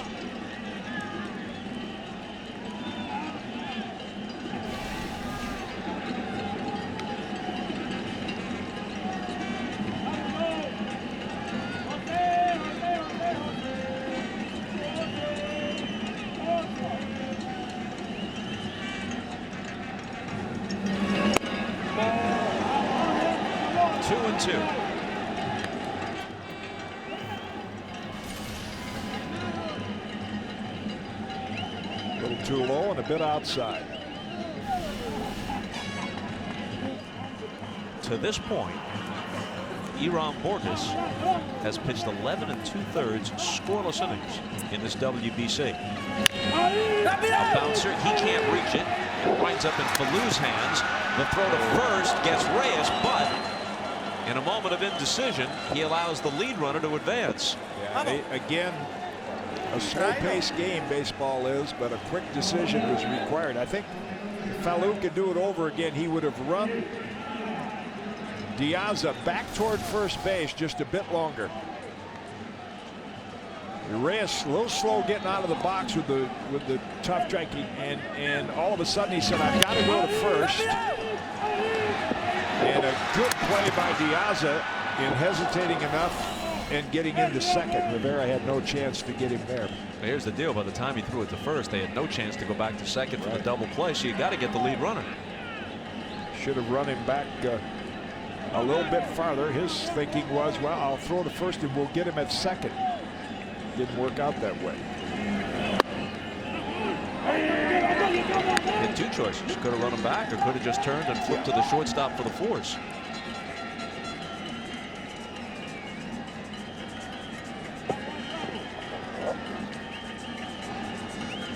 Either way, we've got Diaza now at second with 2 out.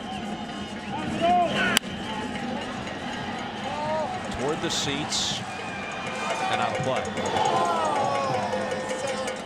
Well, he had 3 decisions, and unfortunately for Puerto Rico, he made the worst one right here. The first one is go to second and try to make a conventional double play. The second is keep running him back and tag him. And instead he thought, well, I'll get Reyes and we'll get Diaza at second. That was his 3rd choice, and that was the wrong one, because now Diaza is in scoring position. 0-2 to Ibar. who had a sacrifice in the first, then singled and was picked off first in the third.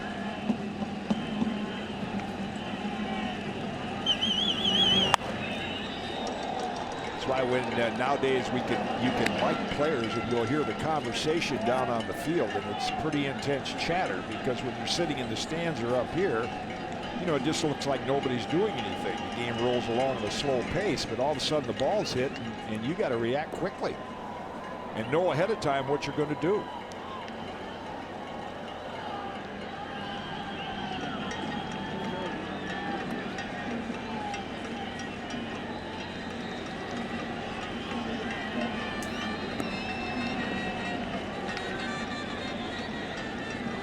Brewer fans and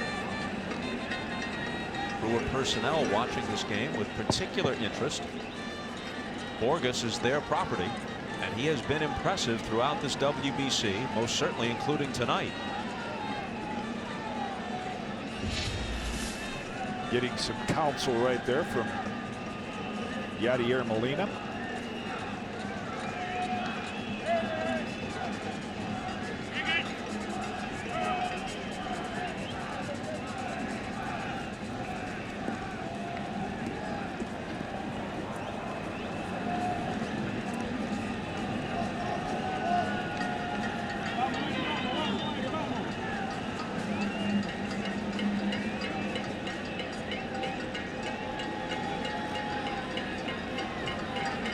Cano is on deck if Ibar can keep the inning going. Bluff throw to second from Molina. You know, in addition to how well he commands a game and brings a pitcher along, Molina last year threw out an almost unheard of 48% of would-be base stealers. Yeah, that is as some asset for any team to have a catcher that can do that and has the confidence of his pitching staff.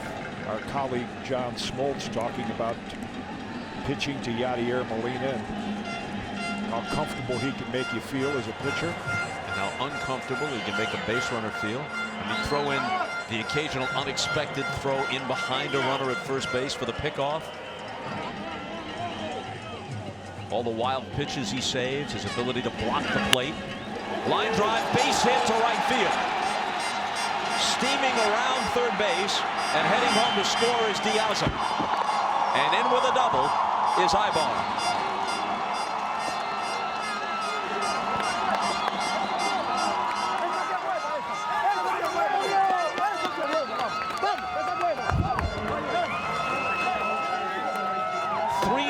Dominican Republic, and considering the strength of their bullpen and how hard runs have been to come by in general in this WBC, this seems like a very large hill for the Puerto Rican team to climb.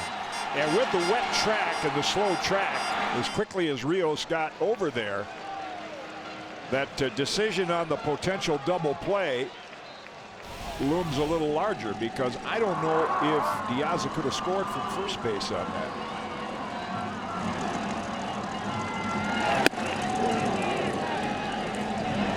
In that case, it would have been Reyes, because Diaz would have been changed for Reyes. And as fast as Reyes is, but it's pretty sloppy out there right now on the infield, and Rios got over to that ball rather quickly.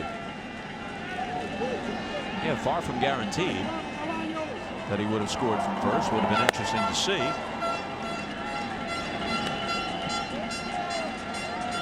You saw them waving frantically in your picture there down to the bullpen, waving the cap to make sure that Dotel knew he's in the game. Samuel Daduno's night is over. 5 shutout innings, 2-hit baseball. Being congratulated, and Dotel, one of the most well-traveled of all major leaguers, will be in the game shortly. There's a slow roller foul. 1-2 to Cano, who's been walked intentionally and fly to left. Hitting exactly 500 in the WBC now, 15 for 30.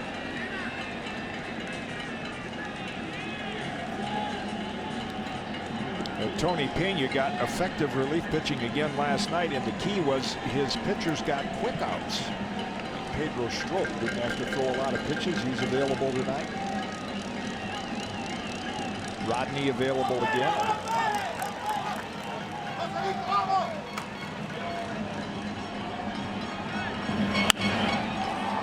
Fisted into shallow center field.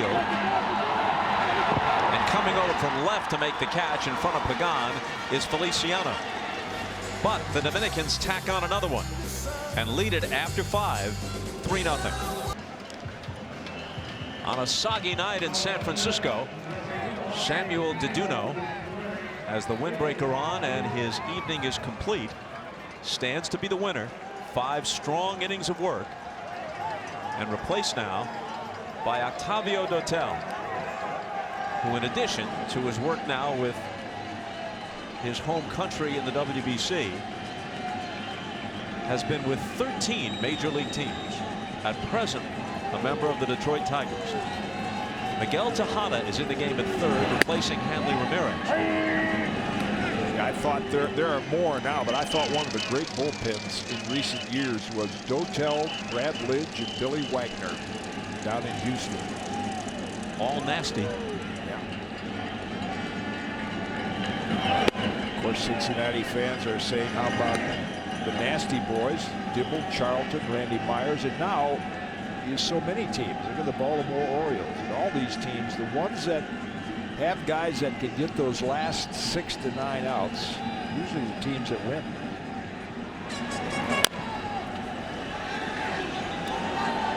One and two to Irving Thalou. I remember in the 60s when Johnny Sain, my favorite pitching coach and a great pitching coach that produced so many 20-game winners, there's what Bob was talking about, 13 different teams for Dotel. He said back then, the day is going to come when a pitcher that can just get a 1, 2, 3 inning is going to be very valuable. And we said, are you kidding? I thought you had to pitch 9. And now we're seeing what he meant. Center field, Diaza turning and running it down.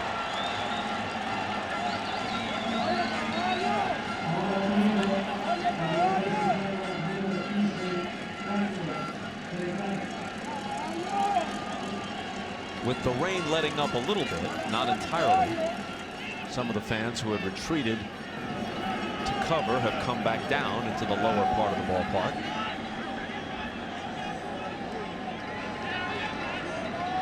Against Daduno, Beltran struck out swinging and then walked. On the first pitch, he rolls it to Cueto.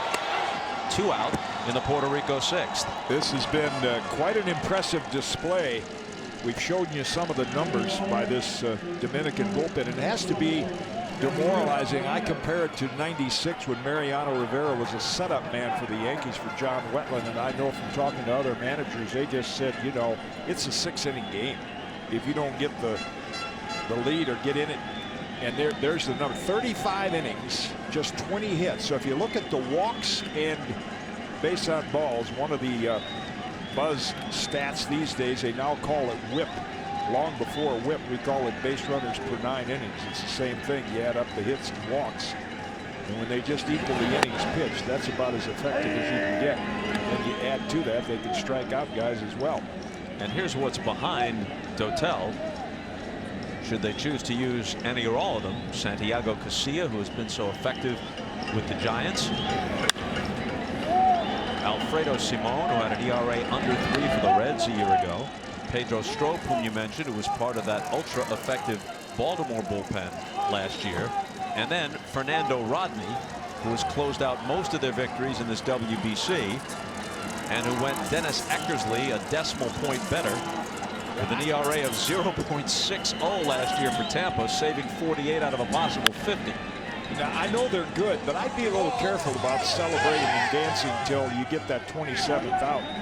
One of the taller players in that picture right there is Herrera, who pitched 2 innings last night. He throws harder than any of them. He throws about 98 or 99. But you don't dance till you get the 27th out, or the umpire says the game's called.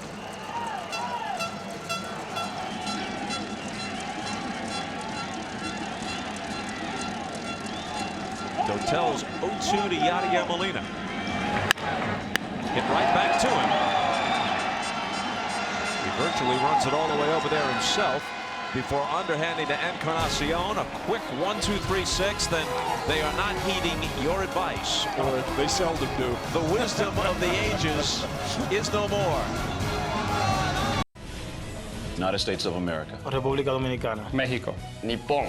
Venezuela. Canada. Puerto Rico. Welcome to the World Baseball Classic. Bienvenido al Clásico Mundial, where every team, en donde cada equipo, every team is a home team. It's a home team. It's a home team.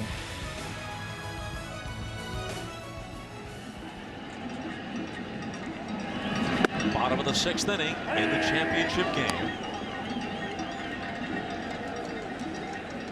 It's been raining steadily since the 2nd inning, but there's been no stoppage. Roll towards short. Here's Aviles with the long throw across the diamond in time to get Encarnacion. You can see Mike Aviles shake his hand. Look at his hand. Just after that ball's rolled out there on the grass for a while, it's pretty tough to get a good grip on it. And he just threw a bar of soap over there to Rivera, and he picked it out of the dirt nicely. It squirted out of his hand.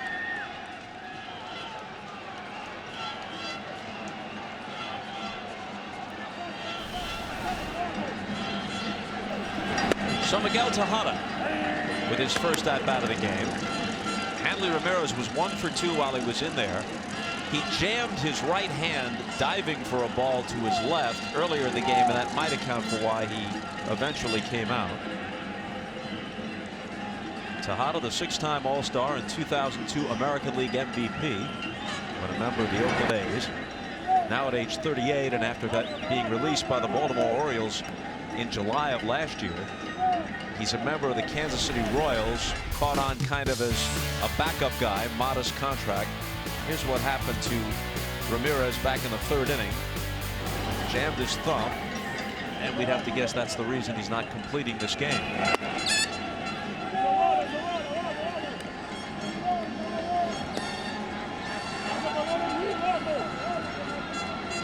And you see him grabbing that knuckle on his throwing hand, thumb.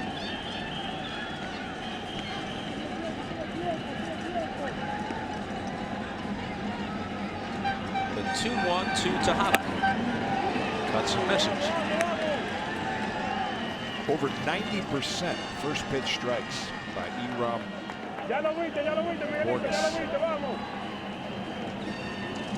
Just the opposite of Edinson Volquez last night, even though once he got past the first inning, he shut down the Netherlands.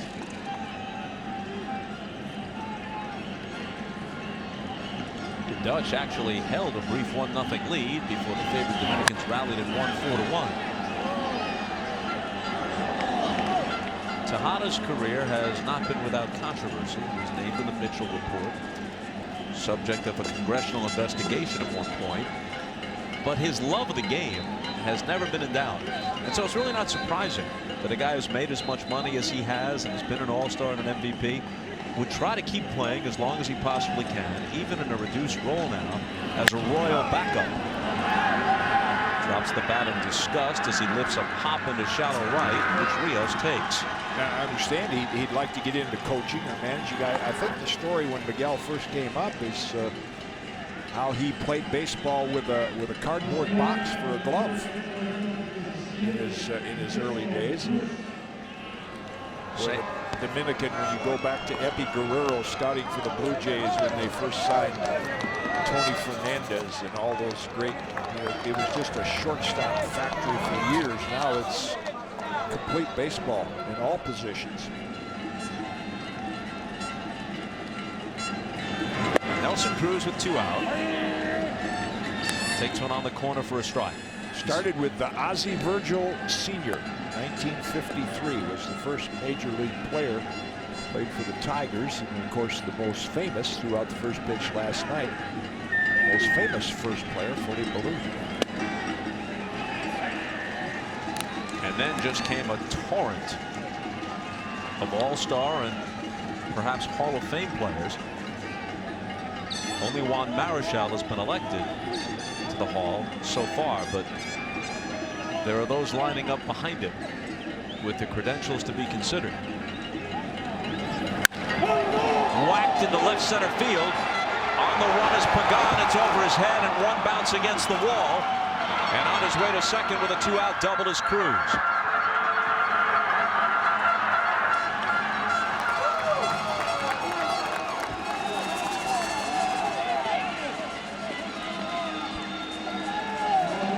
Well, it might be time for Edwin Rodriguez to go get him. Burgess has been very effective. That pitch inside part of the plate. Nelson gets the barrel to it.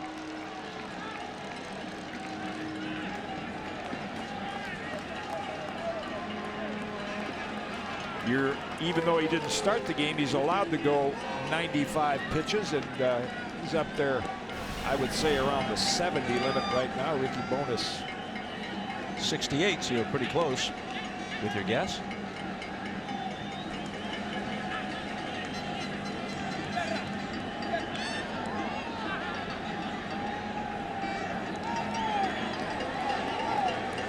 Carlos Santana, the switch hitting catcher, is the scheduled hitter. Now Ted Barrett, the plate umpire, walks out toward the mound and says this conversation has gone on long enough. It might be a combination of giving the relief pitchers a little more time to get ready, though they have been throwing for, or pitch around Santana and go after the left. You assume the game is over because the Dominican has been so dominant, but if you're Edwin Rodriguez and Team Puerto Rico, you pay attention, keep this a 3-0 game, and give your team a chance. Go back.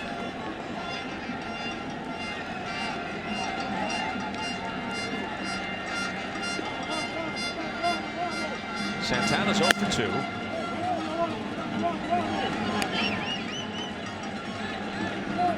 He has a couple of home runs in the WBC. Yeah, I'm a bit surprised they're pitching to him right here. Moises Sierra on deck, first base open. Cruz at second with 2 out.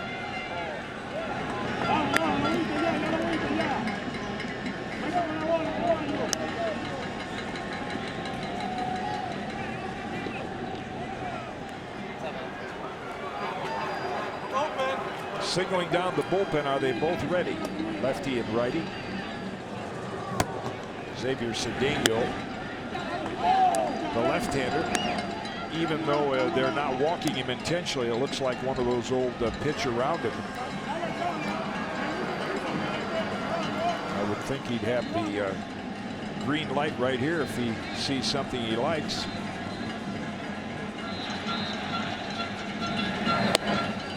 Takes it at the knees and on the corner, 3-1.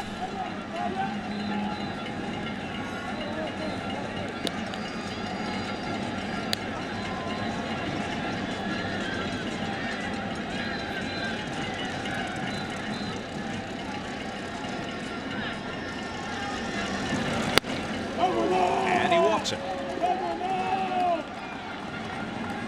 So that will give Sierra a chance to pretty much break the game open. If the Dominican Republic, all things considered, hasn't done that already. Sierra has flied to deep center and then struck out looking. But he'll be looking at a different pitcher, as Rodriguez is going to go to his bullpen. And we're going to go to break. Back to San Francisco after this.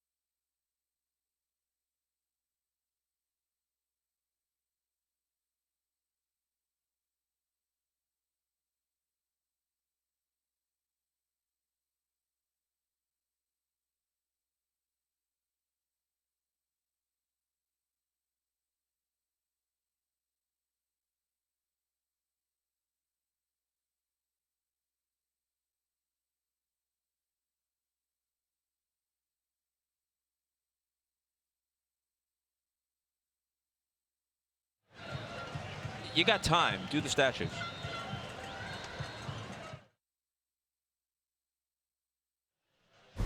Each of the countries competing for the championship of the WBC have a connection to the Major League team hosting the semifinals and finals. Juan Marichal statue outside, the great Dominican right-hander, and Orlando Cepeda, Hall of Famer from Puerto Rico.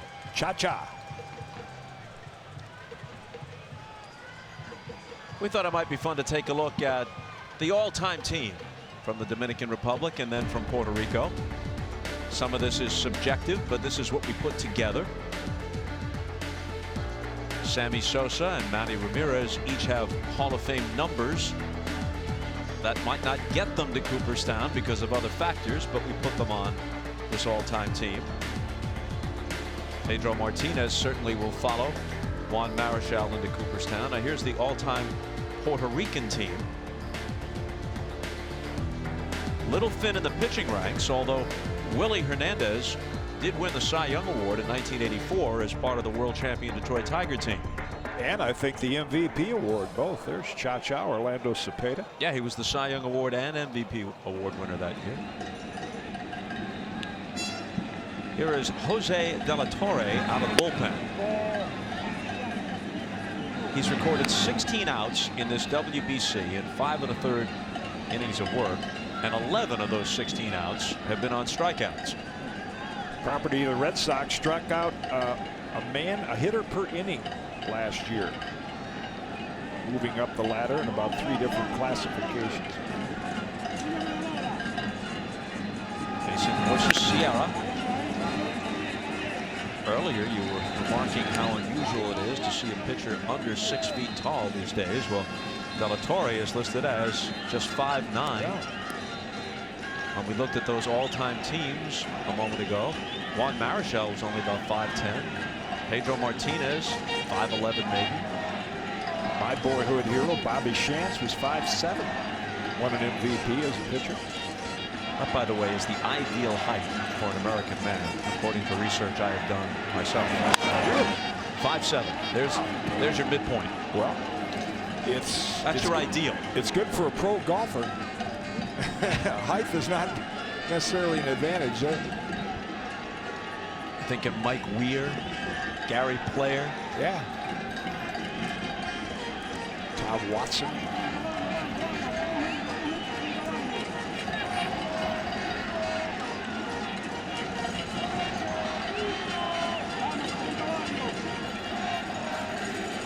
De La Torre's 1-2 to Sierra. Foul to the seats. Now there's Juan Marichal. Never won a Cy Young Award because of his contemporaries. Right, because of Sandy Koufax. And Bob Gibson. Right. Oh boy, what a pitcher. One of my favorite games to reflect on is the 16-inning 1-0 battle between he and Warren Spahn. They each went the distance. Yeah, Willie Mays broke it up with a home run in the 16th. I don't think they counted pitches that night. Tap foul. Marichal talked to me about the game one time, and he said that Alvin Dark, the manager of the Giants, said, I'm going to take you out of the game. We're in the 13th, 14th inning. And Marichal was just a youngster, and he said, I pointed across the way. I said, you see that man right there? He's 42 years old. Yeah. Pointing to Spahn. He says, if he's not coming out, I'm not coming out. The thing about Marichal, one of the many things, he threw about 7 or 8 different pitches, but he threw them from so many different arm angles that he actually had about 24 different pitches when you think about it. And pinpoint control. Did he check his swing? He did not. He is gone. And so is the Dominican Republic in the bottom of the 6th. But they're up 3-0 as we head for the 7th in the WBC title game.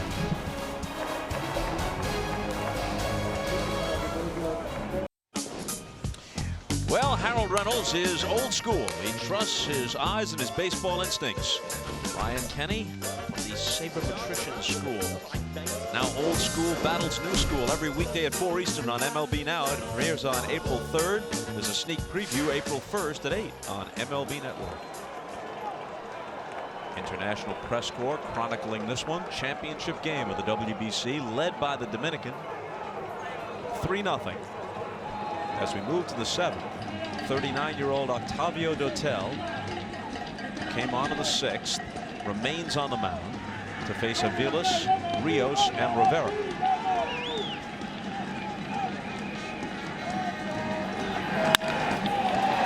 It's sharply through the middle for a leadoff single. So Aviles is 1 for 3. And Team Puerto Rico tries to get something going here in the 7th. Even though it's still raining, Ted Barrett, the plate umpire, got an update, and it's pretty optimistic. Listen. How we doing? Looking good. We're on the tail end. We've been on the tail end. It's just all green radar, light rain from here on out. We'll keep checking the mound. You let us know how your plate's doing. We'll keep it going. All right. All right? Sounds good. How about that? Just show them your phone. You got the weather. Technology, unbelievable.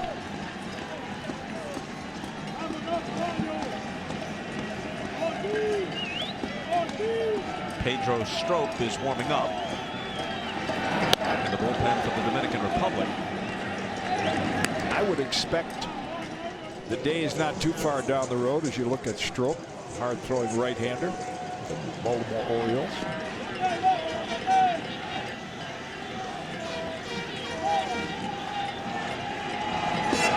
And the pitching coach will go to the mound with his iPhone and look at the pitcher and the catcher and get it out like the groundskeeper did and just say, look, here's the pattern.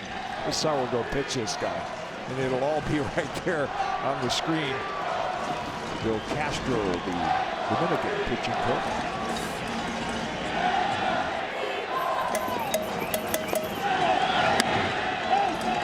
They check it first, but Rios did not commit. So he's ahead on the count, 3-1. Yeah, the best opportunity for quite some time that Puerto Rico's had a chance to get back in it. Nobody out, runner at first, and 3-1 count. Look out.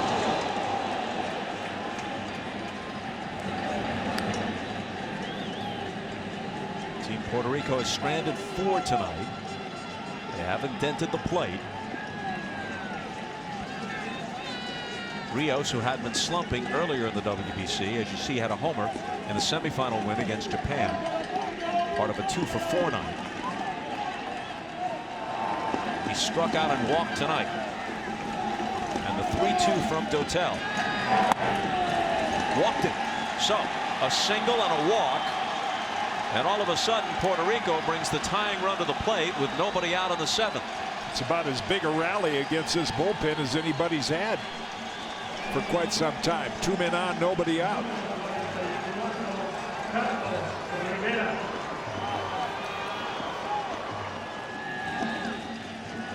Well, Tony Pena has Pedro Strop getting ready.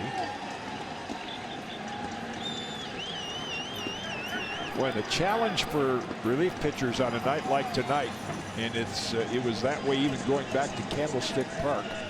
Pena out in the dugout right now.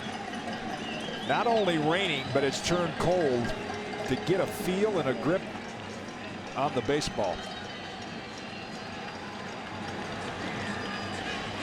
So things getting a bit more interesting here at AT&T Park. Strop coming in, and we're stepping aside for just a moment.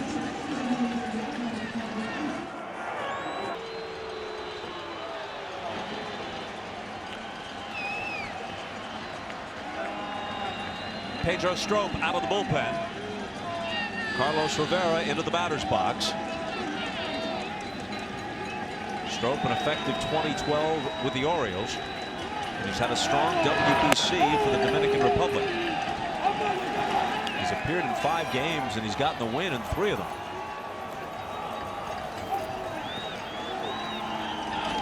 Not good numbers for Team Puerto Rico in these situations. If the Dominican Republic holds on to this lead and wins this game, it's a pretty convincing championship. They will have gone 8-0 in the tournament, and they will have beaten their championship game opponent, Puerto Rico, 3 times. 3 out of the 8. Pretty tough to argue with that.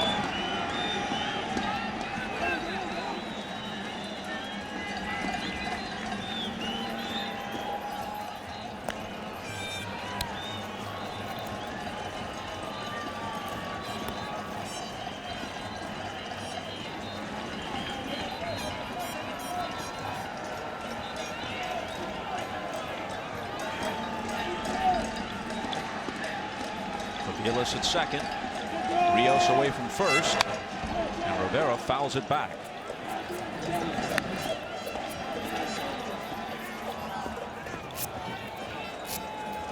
There's a viewing party going on at Roberto Clemente Coliseum in San Juan. And to this point, they haven't had too much to cheer about, but they've got something going here in the 7th.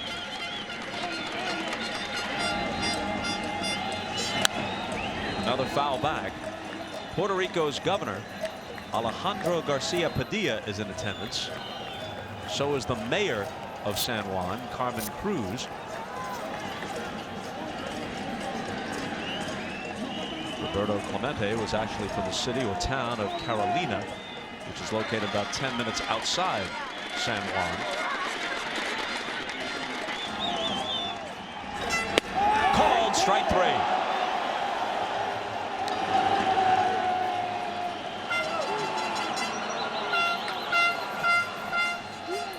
So Stroke dispatches the first hitter he faces.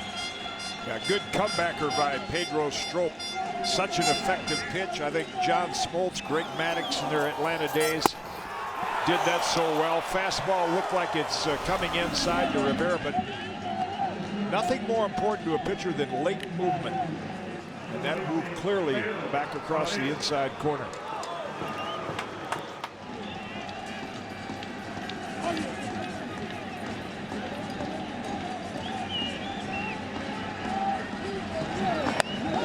Team goes to its bench and sends up Pedro Valdez as a pinch hitter.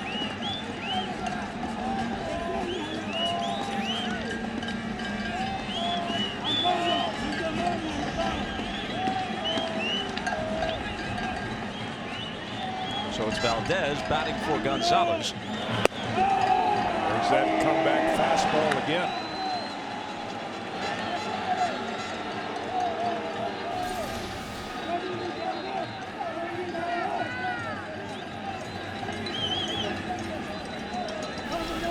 Valdez down on the count, 0-2. Played all of last year in the Mexican League.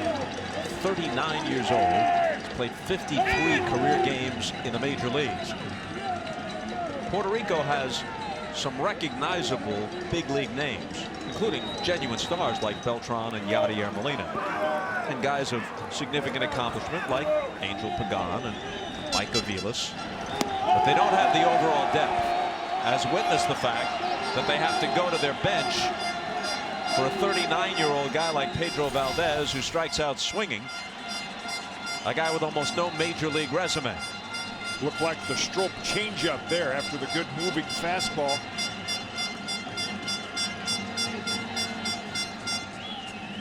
Need to bring Bernie Williams out of retirement.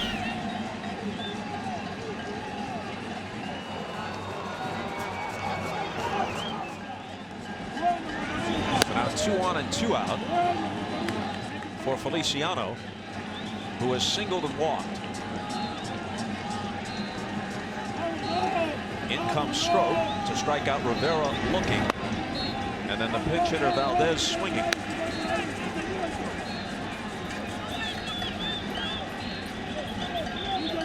Well, if I wouldn't take one right here from Feliciano and just make Stroke throw a strike, you got Pagan on deck. Wow, got the benefit of a borderline call right there. Puerto Rico, no way. And Barrett getting an earful from the Puerto Rican bench. You see, there's so much movement on that pitch. When it went past Feliciano's front knee, it was knee high.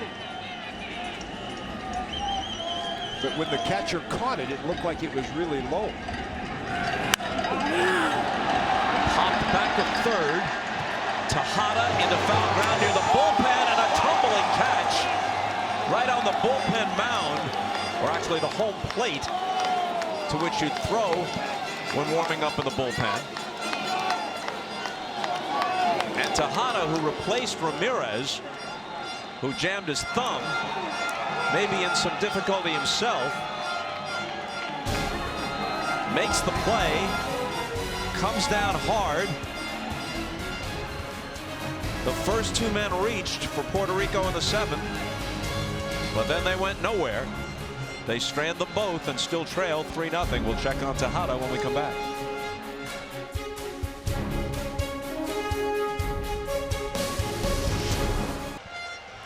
This WBC Championship telecast is presented by Dove Men Plus Care with Jim Cotta, Tom Verducci, and Bob Costas.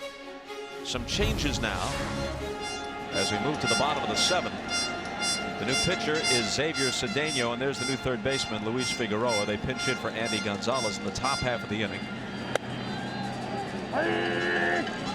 So it's Figueroa at third and Cedeno to the mound. He's been in 47 career big league games with the Astros. This is his 7th appearance in the WBC. A lot of strikeouts, more than one an inning, and I would assume most of those against left-hand hitters coming in this specialty situation.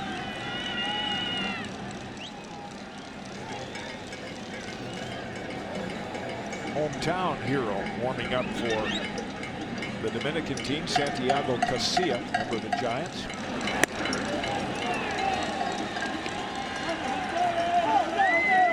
Piazza is out swinging as Cedeno fans the first man he faces.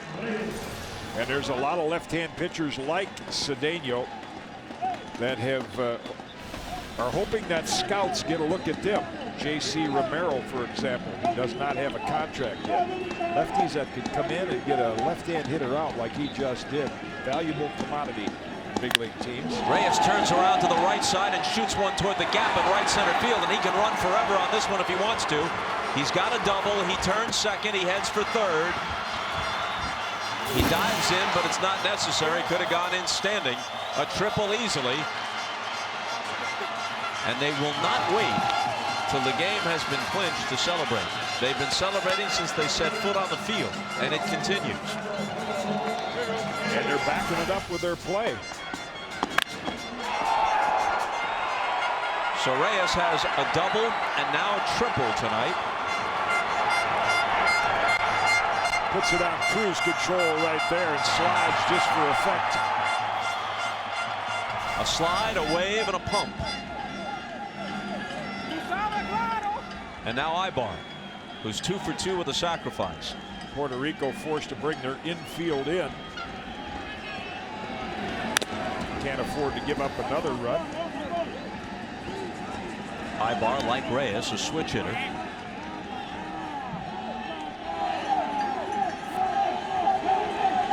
After that triple by Reyes, brings to mind he might, playing in one of the few remaining artificial surface ballparks up in Toronto, he might hit a whole lot of triples in that ballpark. Daduno por ahí.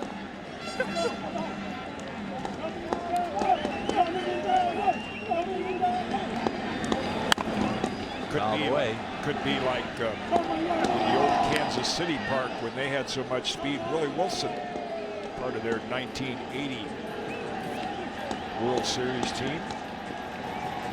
Ball gets on the carpet, rolls to the wall in a hurry. Marbles in the bathtub, just keeps rolling around. Reyes away from third with 1 out. Dominicans looking to add to a 3-0 lead here in the 7th. Just fouled.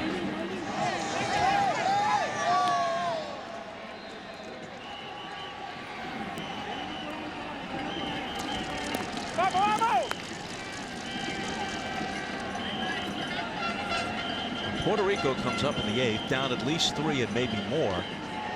It's almost, when you think about it, their last true turn at bat, with Fernando Rodney waiting for them in the 9th. Rodney, a year ago, had an ERA of 0.60 for Tampa Bay. Back in 1990, Dennis Eckersley went 0.61 for Tony La Russa and the Oakland A's. So Rodney went in 1 better and saved 48 out of 50.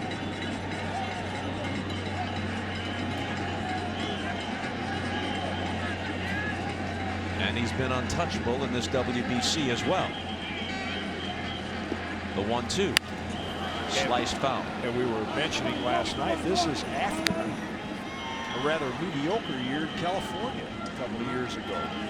All of a sudden, he got the magic back. Yeah, he'd had his moments with the Angels and with the Tigers, but then he turned otherworldly with the Rays.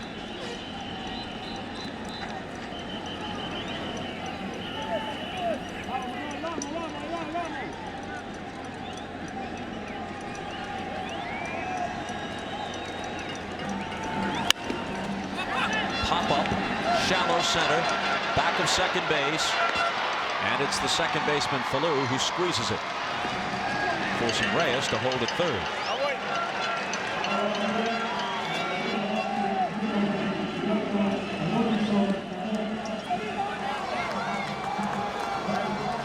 Well, first base is open. Let's see if they want any part of Robinson Cano here. It is lefty versus lefty, and Encarnacion, right-handed batter, is on deck.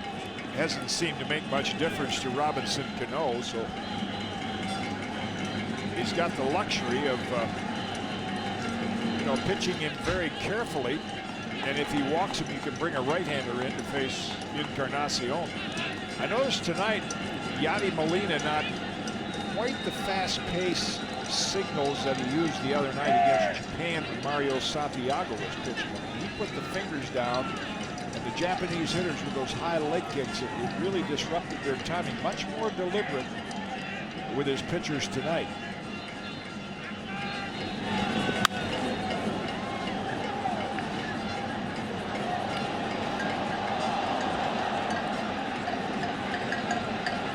Robinson Cano's dad is part of the Dominican's coaching staff. Joselito Cano is the bullpen coach. Pitched briefly for, I think they might have been called the California Angels at that time. For what it may be worth in this situation, Cano hit just .239 against left-handers last year. .359 against righties. I think that was the highest in the big leagues. It was.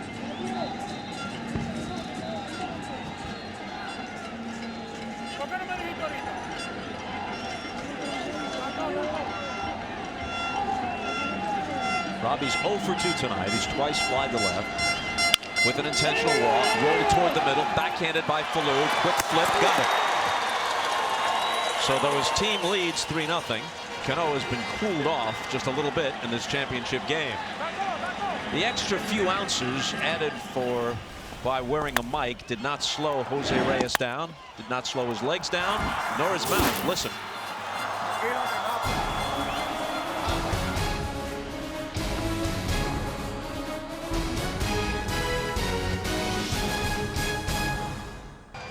Back in San Francisco, Yadier Molina, as Puerto Rico comes to the plate in the top of the 8th, is rallying the troops. Says, come on, we got 6 more outs. And he's gone to all of his teammates and says, let's put on a finish here. Well, they've left 6 men on base. They have had a few opportunities. And they get a look at a new pitcher, familiar to those fans here tonight that are Giants fans, part of 2 World Championship teams for the Giants. In fact, he was their closer before Sergio Romo took over later in the year. And in fact, he was the winning pitcher, credited with a victory in Game 4 of the World Series last year against the Tigers, as the Giants completed what seemed like an unlikely sweep of the American League champions. He has a pair of World Series rings with the Giants in 2010 and 2012. One of many coming out of the Dominican Republic, who shaved a few years off his age when he first arrived on the American scene, and then owned up to it in '06 and suddenly became 3 years older.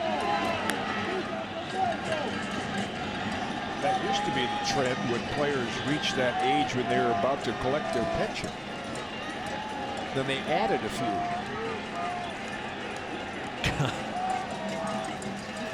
Cash in while you can. Orioles have a shortstop named Willie Miranda. He was, when it came time to collect his pension, he suddenly went from like age 52 to 55 overnight.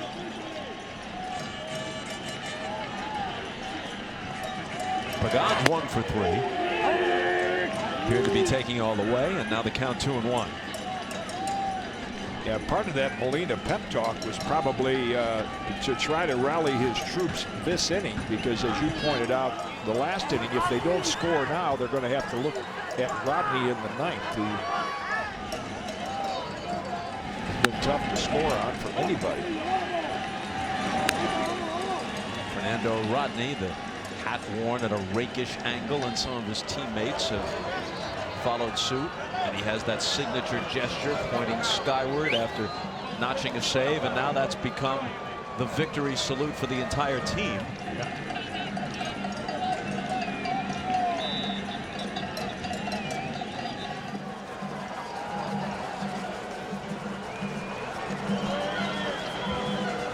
Carrying around the rally plantain that supposedly somebody sent him for a good luck charm.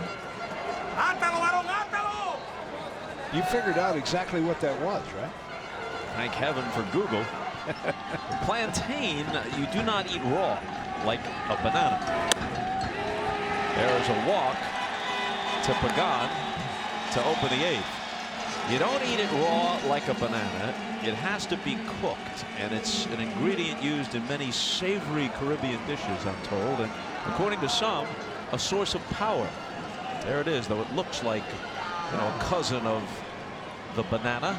One of my teammates, Cubano, Pedro Ramos, back in the early part of my career, we all lived in a complex together. He used to fix fried plantains for us on occasion. I didn't notice any added power. The fastball was still about 81 or 82. But were they tasty? Yes, they were.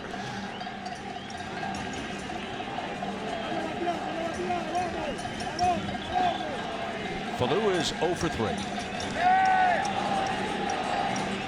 Grounded to the mound twice and flied to deep center.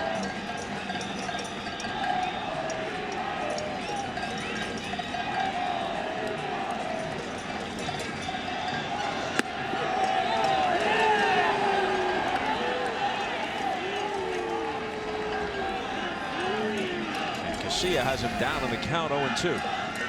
Again, that effective pitch that looks inside and moves back across the inside corner.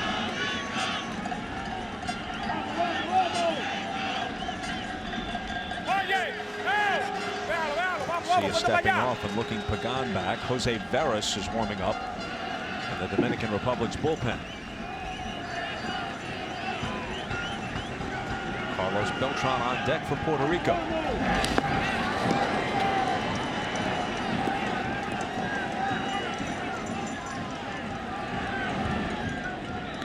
Miguel Tejada, who took a tumble in making a catch on a foul ball. And there you see the block by Santana. Tejada is back at third base. He's kind of twisting his body around between pitches as if he's in some kind of discomfort. He took an awkward fall in catching that foul ball an inning ago.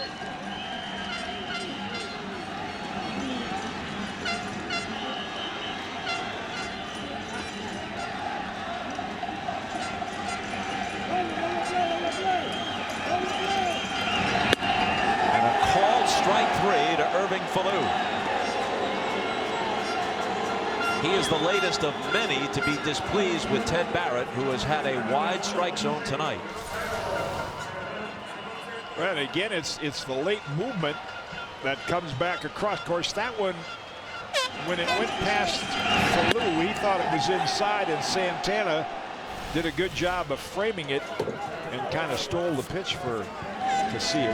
When you hear the term framing it, those that haven't watched a lot of baseball, you know, good catchers have that ability to take a pitch a few inches off the plate and turn their glove to kind of frame it on the corner, give the umpire a good look at it. Beltran swings on the first one, lifts a fly ball to left. Sierra in front of Diazza for the catch. Well, we mentioned Miguel Tejada. He's in the game, having replaced Hanley Ramirez, who left with an apparent injury. With more on that, here's Tom. Well, Hanley Ramirez, we saw him jam that thumb, wrist, hand area earlier in the game. He told teammates after receiving treatment that he thinks he's fine, but as a precautionary measure, trainers did place it in a splint And I'm told that he will see Dodgers trainers tomorrow to make sure that it's not any sort of problem to pursue down the line. Okay, Tom, thanks. Molina fouls the first one out of play. With runners on base tonight, Puerto Rico is 0 for 14. Not necessarily runners in scoring position, but with anyone anywhere on base, including Pagan at first right now, they're 0 for 14.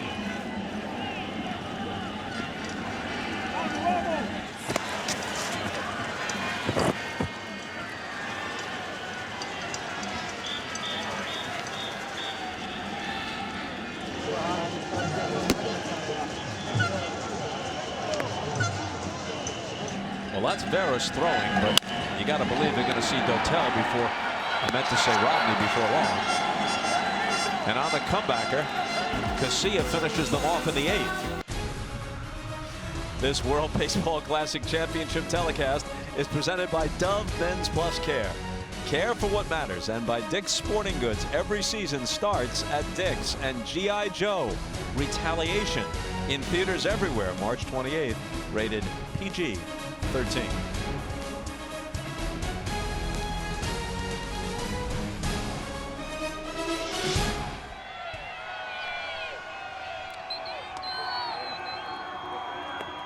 There's technology for you.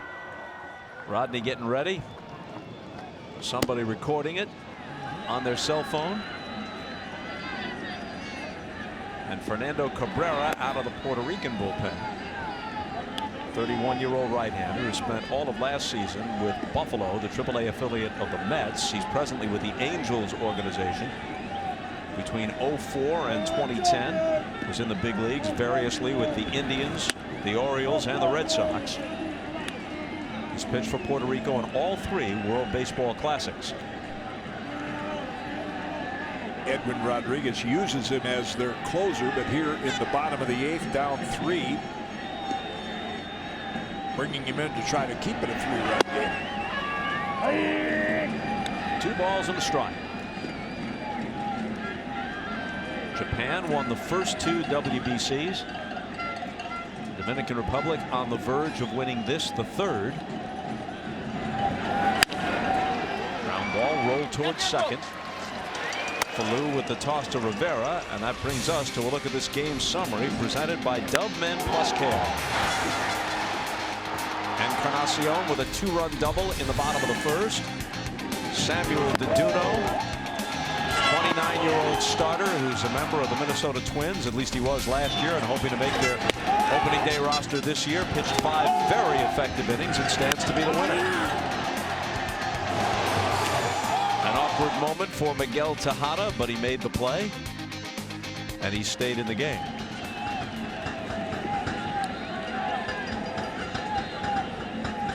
So as the Dominican Republic closes in on this championship, worth noting for those who haven't followed it until this point, as Tejada pops one into shallow right, and Rios makes the catch. The United States has never made it as far as the championship game and did not make it to the semifinal round this year, beaten by both of these teams. And a victory in either one of the games would have gotten them to San Francisco. And I don't know that there's been this just the 3rd World Baseball Classic, but can't think of a more dominant performance by a pitching staff. It's almost as soon as they get the lead, it takes the life out of the opposition. A couple of late runs to beat the United States, who held it close in their game with the Dominican.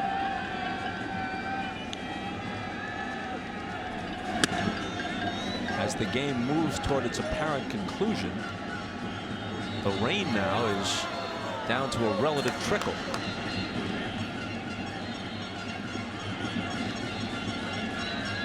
They played much of this game through the kind of rain that would cause a delay most of the time. But these teams, these players have to get back to their respective teams. And if it was at all possible to get this one in, they were going to do it tonight, and they've managed to.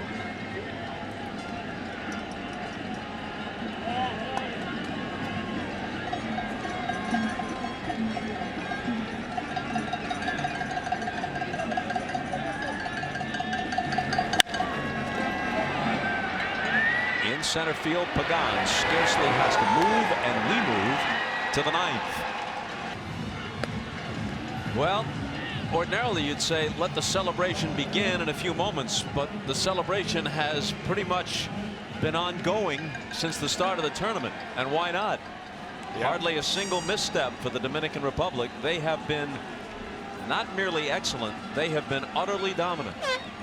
Yeah, they've celebrated from the start of the game once they got 2 runs as if they figured they were going to win, and I can't blame them. Well, not just tonight, but in most of the games, as they're on the verge of going 8-0, most of the games they have been clearly superior. Most of their players play winter ball. That's not an excuse compared to anybody else. It's true of other teams in the tournament, not every team. But the fact that A, they have a star-studded roster, and B, many of these players are kind of in regular season or close to regular season shape, doesn't hurt. That may not be true of Miguel Tejada, who's been struggling, and that ball got through him. So Aviles reaches on an error.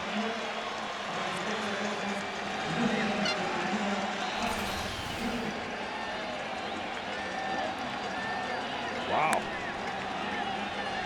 I haven't seen Tejada play many balls and be unsure like that. Caromed off his left shin. There's no doubt he's still feeling the effects of that tumble he took in making that catch in foul ground. The body language just kind of indicates that he's uncomfortable. So Aviles reaches on the error, and that brings up Rios. Yeah, the dominance so far of the Dominican pitching staff, particularly the relief pitchers, it reminds me, Bob, of the first time I saw and pitched against Sandy Koufax in person in the World Series in '65. I just turned to Johnny Sane after watching him for 2 innings and said, if I give up a run, this game's over. I mean, that's how you felt. And shutting us out in Game 7, it was like that. As soon as they took a lead, it was just, you felt bad for the hitters going up there. Now, the Dominican is doing it with 4 or 5 different pitchers. That's how demoralizing it can be to a team looking at pitchers that can come in with power arms like the Dominican Republic staff.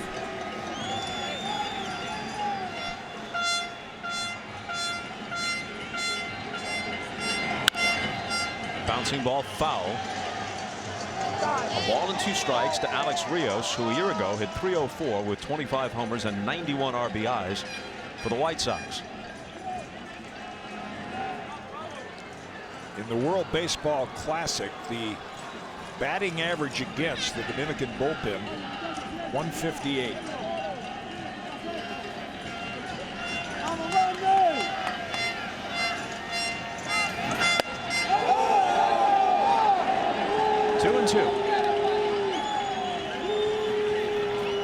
Those who haven't seen a lot of Fernando Rodney, does it with a live fastball. That was close. A couple of those in that area have gone for strikes tonight, and an outstanding changeup.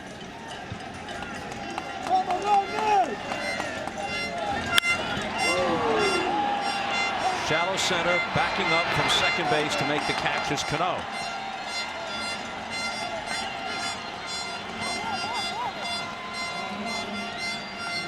The batter is Rivera. And as you get down toward the bottom of the Puerto Rico lineup, and there's no disrespect meant by this observation, you have guys who have had brief stints in the major leagues. Guys like Rivera, who played a couple of years with the Pirates. Andy Gonzalez started the game. He was with 3 big league teams a few years ago, between '07 and '09. There's a fall off, and they haven't got much on their bench either. Yeah, the heart of their order has Beltran, Molina, Aviles, and Rios. They have big league experience. And they've been excellent players. Right. Especially Beltran and Molina and Pagan at the top of the order. But they just don't have the depth.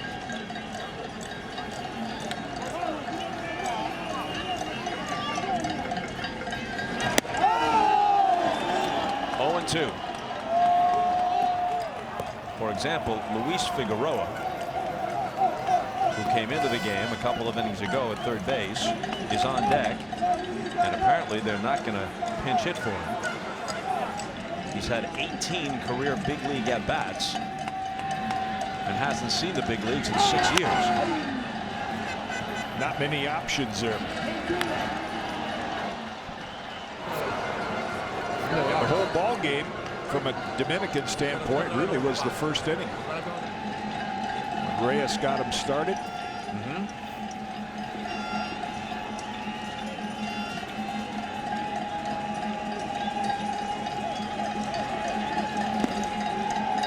They got 2 in the first when Reyes doubled, and later, after Cano was intentionally walked, Edwin Encarnacion doubled both of them home. Then they got another one in the 5th on an RBI double from Eric Ibar. About the best shot Puerto Rico had is in the 7th inning. Again, Tony Pena able to call on Pedro Strop, one of his many power arm relievers, to come in and get out of that jam. And there's a called strike 3 to Rivera. 0 for 4 tonight with 3 strikeouts.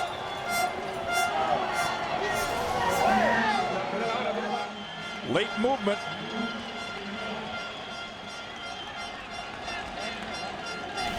So this is what it sometimes comes down to. Rodney, who had a record-setting year as a reliever last year, and Luis Figueroa, with 18 career big league at-bats with 3 different teams: the Pirates, the Blue Jays, and the Giants, right here. But was last in the big leagues in 07.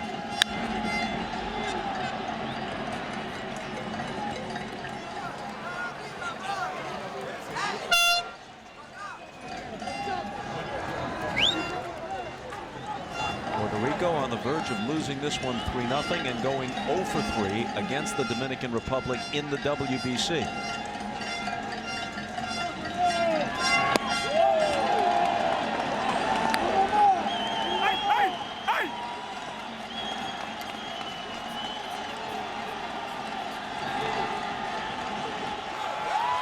Much of the crowd to its feet. Rodney pausing for a moment atop the mound. Figueroa back in the box, and the 0-2 pitch. Slow roller, and he stays alive as it trickles foul.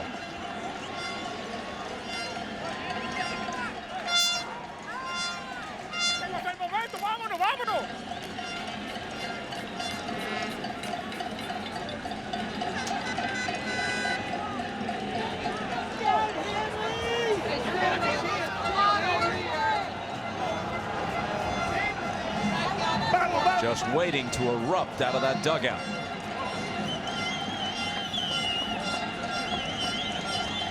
Pretty much resigned to their fate on the other side. The runner goes. He wasn't being held. The ball squirts free anyway. And Aviles is at second.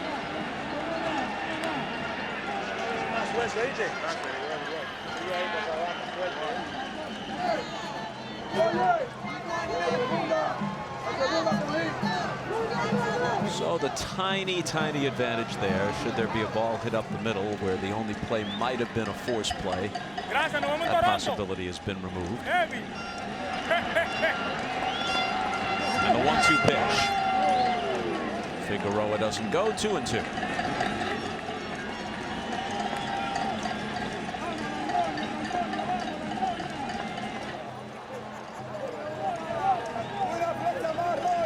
Should Figueroa somehow reach, Jesus Feliciano is on deck. That's not going to happen. Let the celebration begin.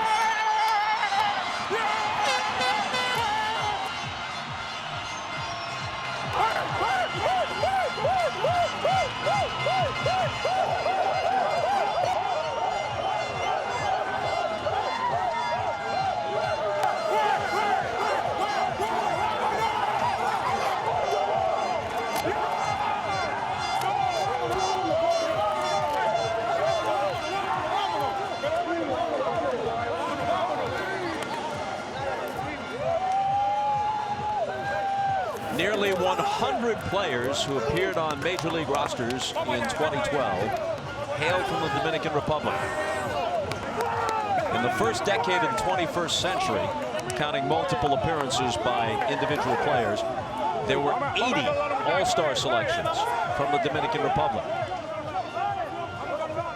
About 25% of Major League players in this era are Latin American, but just about half of those are from one country, and that country is the Dominican Republic. So it was only a matter of time before they won one of these. Nice gesture right here, as competitive as they are. And it started a few weeks ago when Tony Pena had each one of his players stand up in front of the rest of them and say, "Why are you here?" And they all wanted to avenge getting knocked out by the Netherlands in 2009. And boy, they did it in emphatic style. In the course of going 8-0, they outscored their opposition 36-14.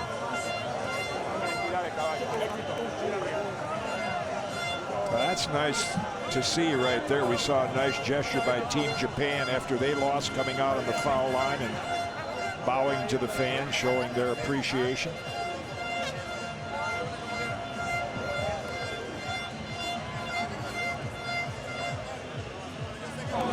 Well, Jim, you go back far enough in the game at the Major League level to remember how difficult it was, and there are still some difficulties, but how especially difficult it was for Latin American players with a language barrier and a cultural barrier and relatively few of their brethren on Major League rosters, how difficult and lonely and isolated it could be for a player to come from Cuba, from the Dominican Republic, from Panama, Mexico, whatever it might be, to the major leagues, from Puerto Rico. Now, there's a decided Latin flavor, yes, in the major leagues, and the game is the better for it. And I'd have to say, in the early days when most of the Cubanos, you know, Papa Joe Cambria, who signed so many of my teammates, Tony Oliva, Zoilo Versailles, there wasn't the compassion. We couldn't understand their language, and, you know, they were kind of isolated in the clubhouse, and there was that threat of their taking the jobs of American players, so they weren't as well accepted. And obviously, and for a good reason, that's all changed. Tom Verducci's down on the field with Jose Reyes. Tom. Jose Reyes, the Dominican Republic, WBC champions, and the first team to go through this tournament undefeated. How does that sound? I mean, this win is going to go to the whole country of Dominican Republic because they was hungry, waiting for this moment. You know, we did it, Dominican Republic, we did it. Jose, on the first day, Tony Pena got everybody together, had everybody talk about what this meant to them. What was your response? I mean, you know, we are staying together as a team with a lot of communication, good chemistry. That's why we win everything. So thanks God, and like I said before, this win is going to go to the whole Dominican Republic. Thank you, Jose. Congratulations. All right, Tom, as we told you earlier, you might have been with us for part of the game where we showed you Jose Reyes not just playing but speaking. He was mic'd throughout the game, and here's his reaction as Fernando Rodney put the finishing touches on the championship. Yeah! Yeah! Yeah!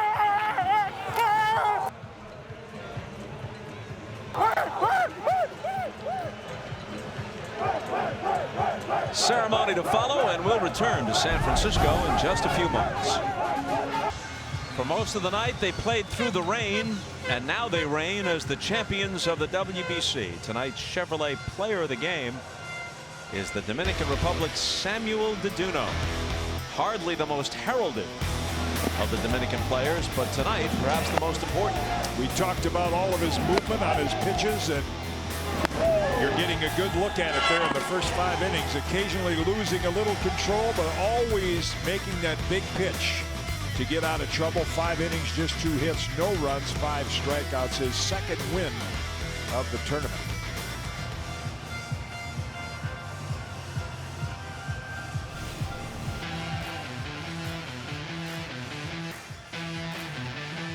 Reaction in the dugout and back home on the island.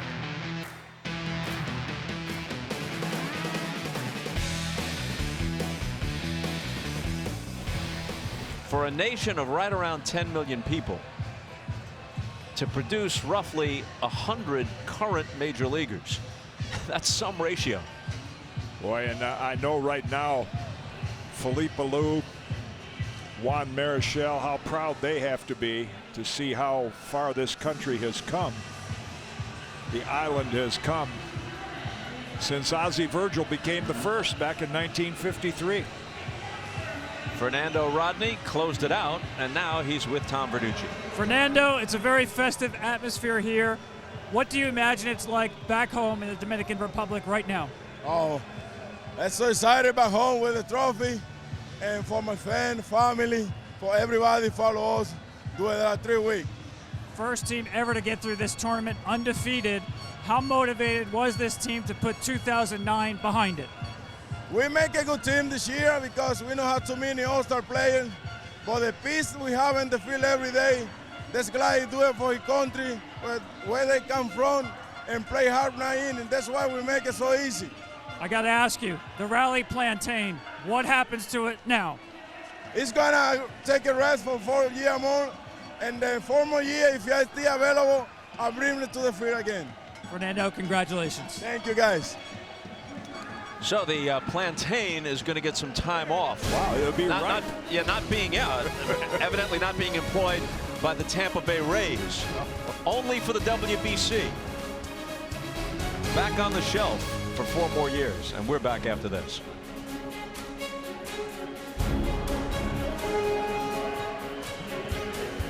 There are some of the particulars on tonight's championship game, which in a way, Kitty, felt like a foregone conclusion almost from the first inning on, when the Dominican Republic got 2 on the Edwin Encarnacion double, and you just had the feeling at that point that it was going to be all their way tonight. Every time that I've seen them play, every game that they've taken the lead, it's like the game's over because of their very, very dominant bullpen. We mentioned the rest of the teams hit a little over $150 against them in the entire tournament. And once they brought in any combination of Dotel, Strop, Rodney, Casilla, Herrera, as Tony Pena said, some managers feel that they have control after 7 innings. He felt after 4. Sure. Well, right now on the field, the Puerto Rican squad is receiving their runner-up medals, and then there will be the championship medals presented to the squad from the Dominican Republic, and they can still scarcely contain themselves, jumping up and down in a huddle alongside home plate. I mean, there has definitely been a kind of exuberance that has been felt in a lot of these teams, but I think first and foremost from the Dominican Republic. Yeah, I think all of their players, when you hear the interviews, because of what happened in 2009 and because, as Tom Verducci has pointed out, you know, a relatively small country compared to the rest of them, and their fans are so passionate about baseball first and foremost. There's no other sport like baseball in the Dominican, and I think this is why it means so much to these players to represent that country and bring a trophy home. And you know, you think about what this represents, and it represents a number of things: spirited competition, a global marketing effort on the part of Major League Baseball. Every other sport has done it, some more successfully than others. It's appropriate that baseball would do the same thing. But also you can see cultural shifts within. For years and years it's become apparent, although there have been players coming from Asia, even the occasional player from Australia, and there will be more from other points on the globe as the game continues to evolve, that during this period of time the primary influence has come from Latin America. So there are actually a higher percentage of players, not just with Hispanic backgrounds, but from the Dominican Republic alone. There are a slightly higher percentage of overall Major League Baseball players from the Dominican Republic alone than there are African American players at present in the major leagues, because talented young black athletes in the United States have other options. And as a college option, basketball and football is more appealing than baseball. The scholarships aren't there. If you're going to play baseball at the youth level, you often have to be part of a travel team. It's expensive. Baseball has made tremendous efforts with programs like RBI, reviving baseball in the inner cities. I know a lot of the players from your generation, Joe Morgan and others, have been concerned about the fall off. And obviously there are tremendous young African-American players in the big leagues at present, but not as many as a matter of percentage as there used to be. No, and I think with young Dominican kids, that's a way off the island. We want to play baseball. As you mentioned, so many kids in America have other options, and particularly the players that go to college and are good basketball and football players, they can get to that top level in a hurry. You have to start in the academies as youngsters in the Dominican and Puerto Rico and learn the game as youngsters if you want to become what these guys have become, and that's their goal from a very early age. Let's go back to the field as the celebration continues and check in again with Tom. Tony Pena, manager of the Dominican Republic team. We've talked about how the first day of training camp, you went around the room, asked every player why they were here. Talk about the commitment of this team. Oh, that was unbelievable. And all started day one. And when every single player talk about and everybody express themselves, they express themselves the same way. There's only one reason why we're here. We are here to represent our country, and it's an honor for us to represent our country, and we need to bring this thing back home, and they did it. Tony, you're the first team to go through this tournament undefeated.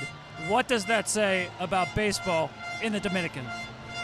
Baseball is big, you know. In Dominican, there's number one sport in Dominican, and everybody just follow baseball. You see all the little kids in the street playing baseball with a stick, and it's like that's what everybody wants to do. And this thing for us is so big because the whole country was watching the game. There was no another channel in Dominican today. There was everybody, the whole island was watching the baseball game tonight. And they are celebrating now. Congratulations. Thank you. Thank you. You got to come get the trophy. Okay, Tom. So, as we said, this is one of many items on the sports menu in the United States in March. Right. But in Puerto Rico, where they watched their team lose but rooted them on in large numbers, and in the Dominican, where there's reason to celebrate, this was the only focus. If you were a sports fan in either one of those two nations, this was where your attention was focused tonight. You mentioned some of the players that were not here, like Adrian Beltran and Pujols. Jose Bautista. And you could take all of the eligible players from the Dominican Republic that could be on this team, and I don't know anybody else that could field a better team. Well, I'll give you a potential team. We didn't have time to get to this during the broadcast, but they could have gone with the following lineup. Melky Cabrera could have led off in left field. Emilio Bonifacio could have played second base. Pujols at first. Jose Bautista in the cleanup spot in right. Beltran could have hit fifth and played third. David Ortiz would have been your DH. Starlin Castro would have been your shortstop. Willen Rosario from the Rockies might have been your catcher. Carlos Gomez could have been your center fielder. And Johnny Cueto, actually the best Dominican-born player presently, pitcher presently in the major leagues, but still battling a bit of a problem with an oblique injury, so the Reds held him out. Johnny Cueto could have been your pitcher, and that team might have won the championship. Well, you look at that team, you say, oh, they sent their JV team and they still won it. They could have two all-star teams, but as Tony Pena said, it's an indication of how baseball has become king in the Dominican Republic, and it's so good that the major leagues are so well represented now by not just the Dominican, but so many Latinos. Kitty, I'll see you on April 2nd at Dodger Stadium when we start the regular season with these Giants at the Dodgers. Look forward to it. And you know, Matt Vasgersian did such a good job with the games leading up to this one, and I just kind of parachuted in for the championship game. So a tip of the cap to Matty for the terrific job he did, and all of our personnel here, which includes the group at MLB Tonight. Greg Amsinger, Harold Reynolds, and Mitch Williams will be with you after the game. And the game is over, so that would be after the ceremony. They'll be down on the field or somewhere here in the ballpark, wherever they can find a space. So for Jim Cott and Tom Verducci, Bob Costa saying so long for now. And thanks for watching this WBC Championship telecast presented by Dove Men Plus Care on MLB Network. After the break, Greg, Harold, and Mitch with MLB Tonight. For now, so long, everybody.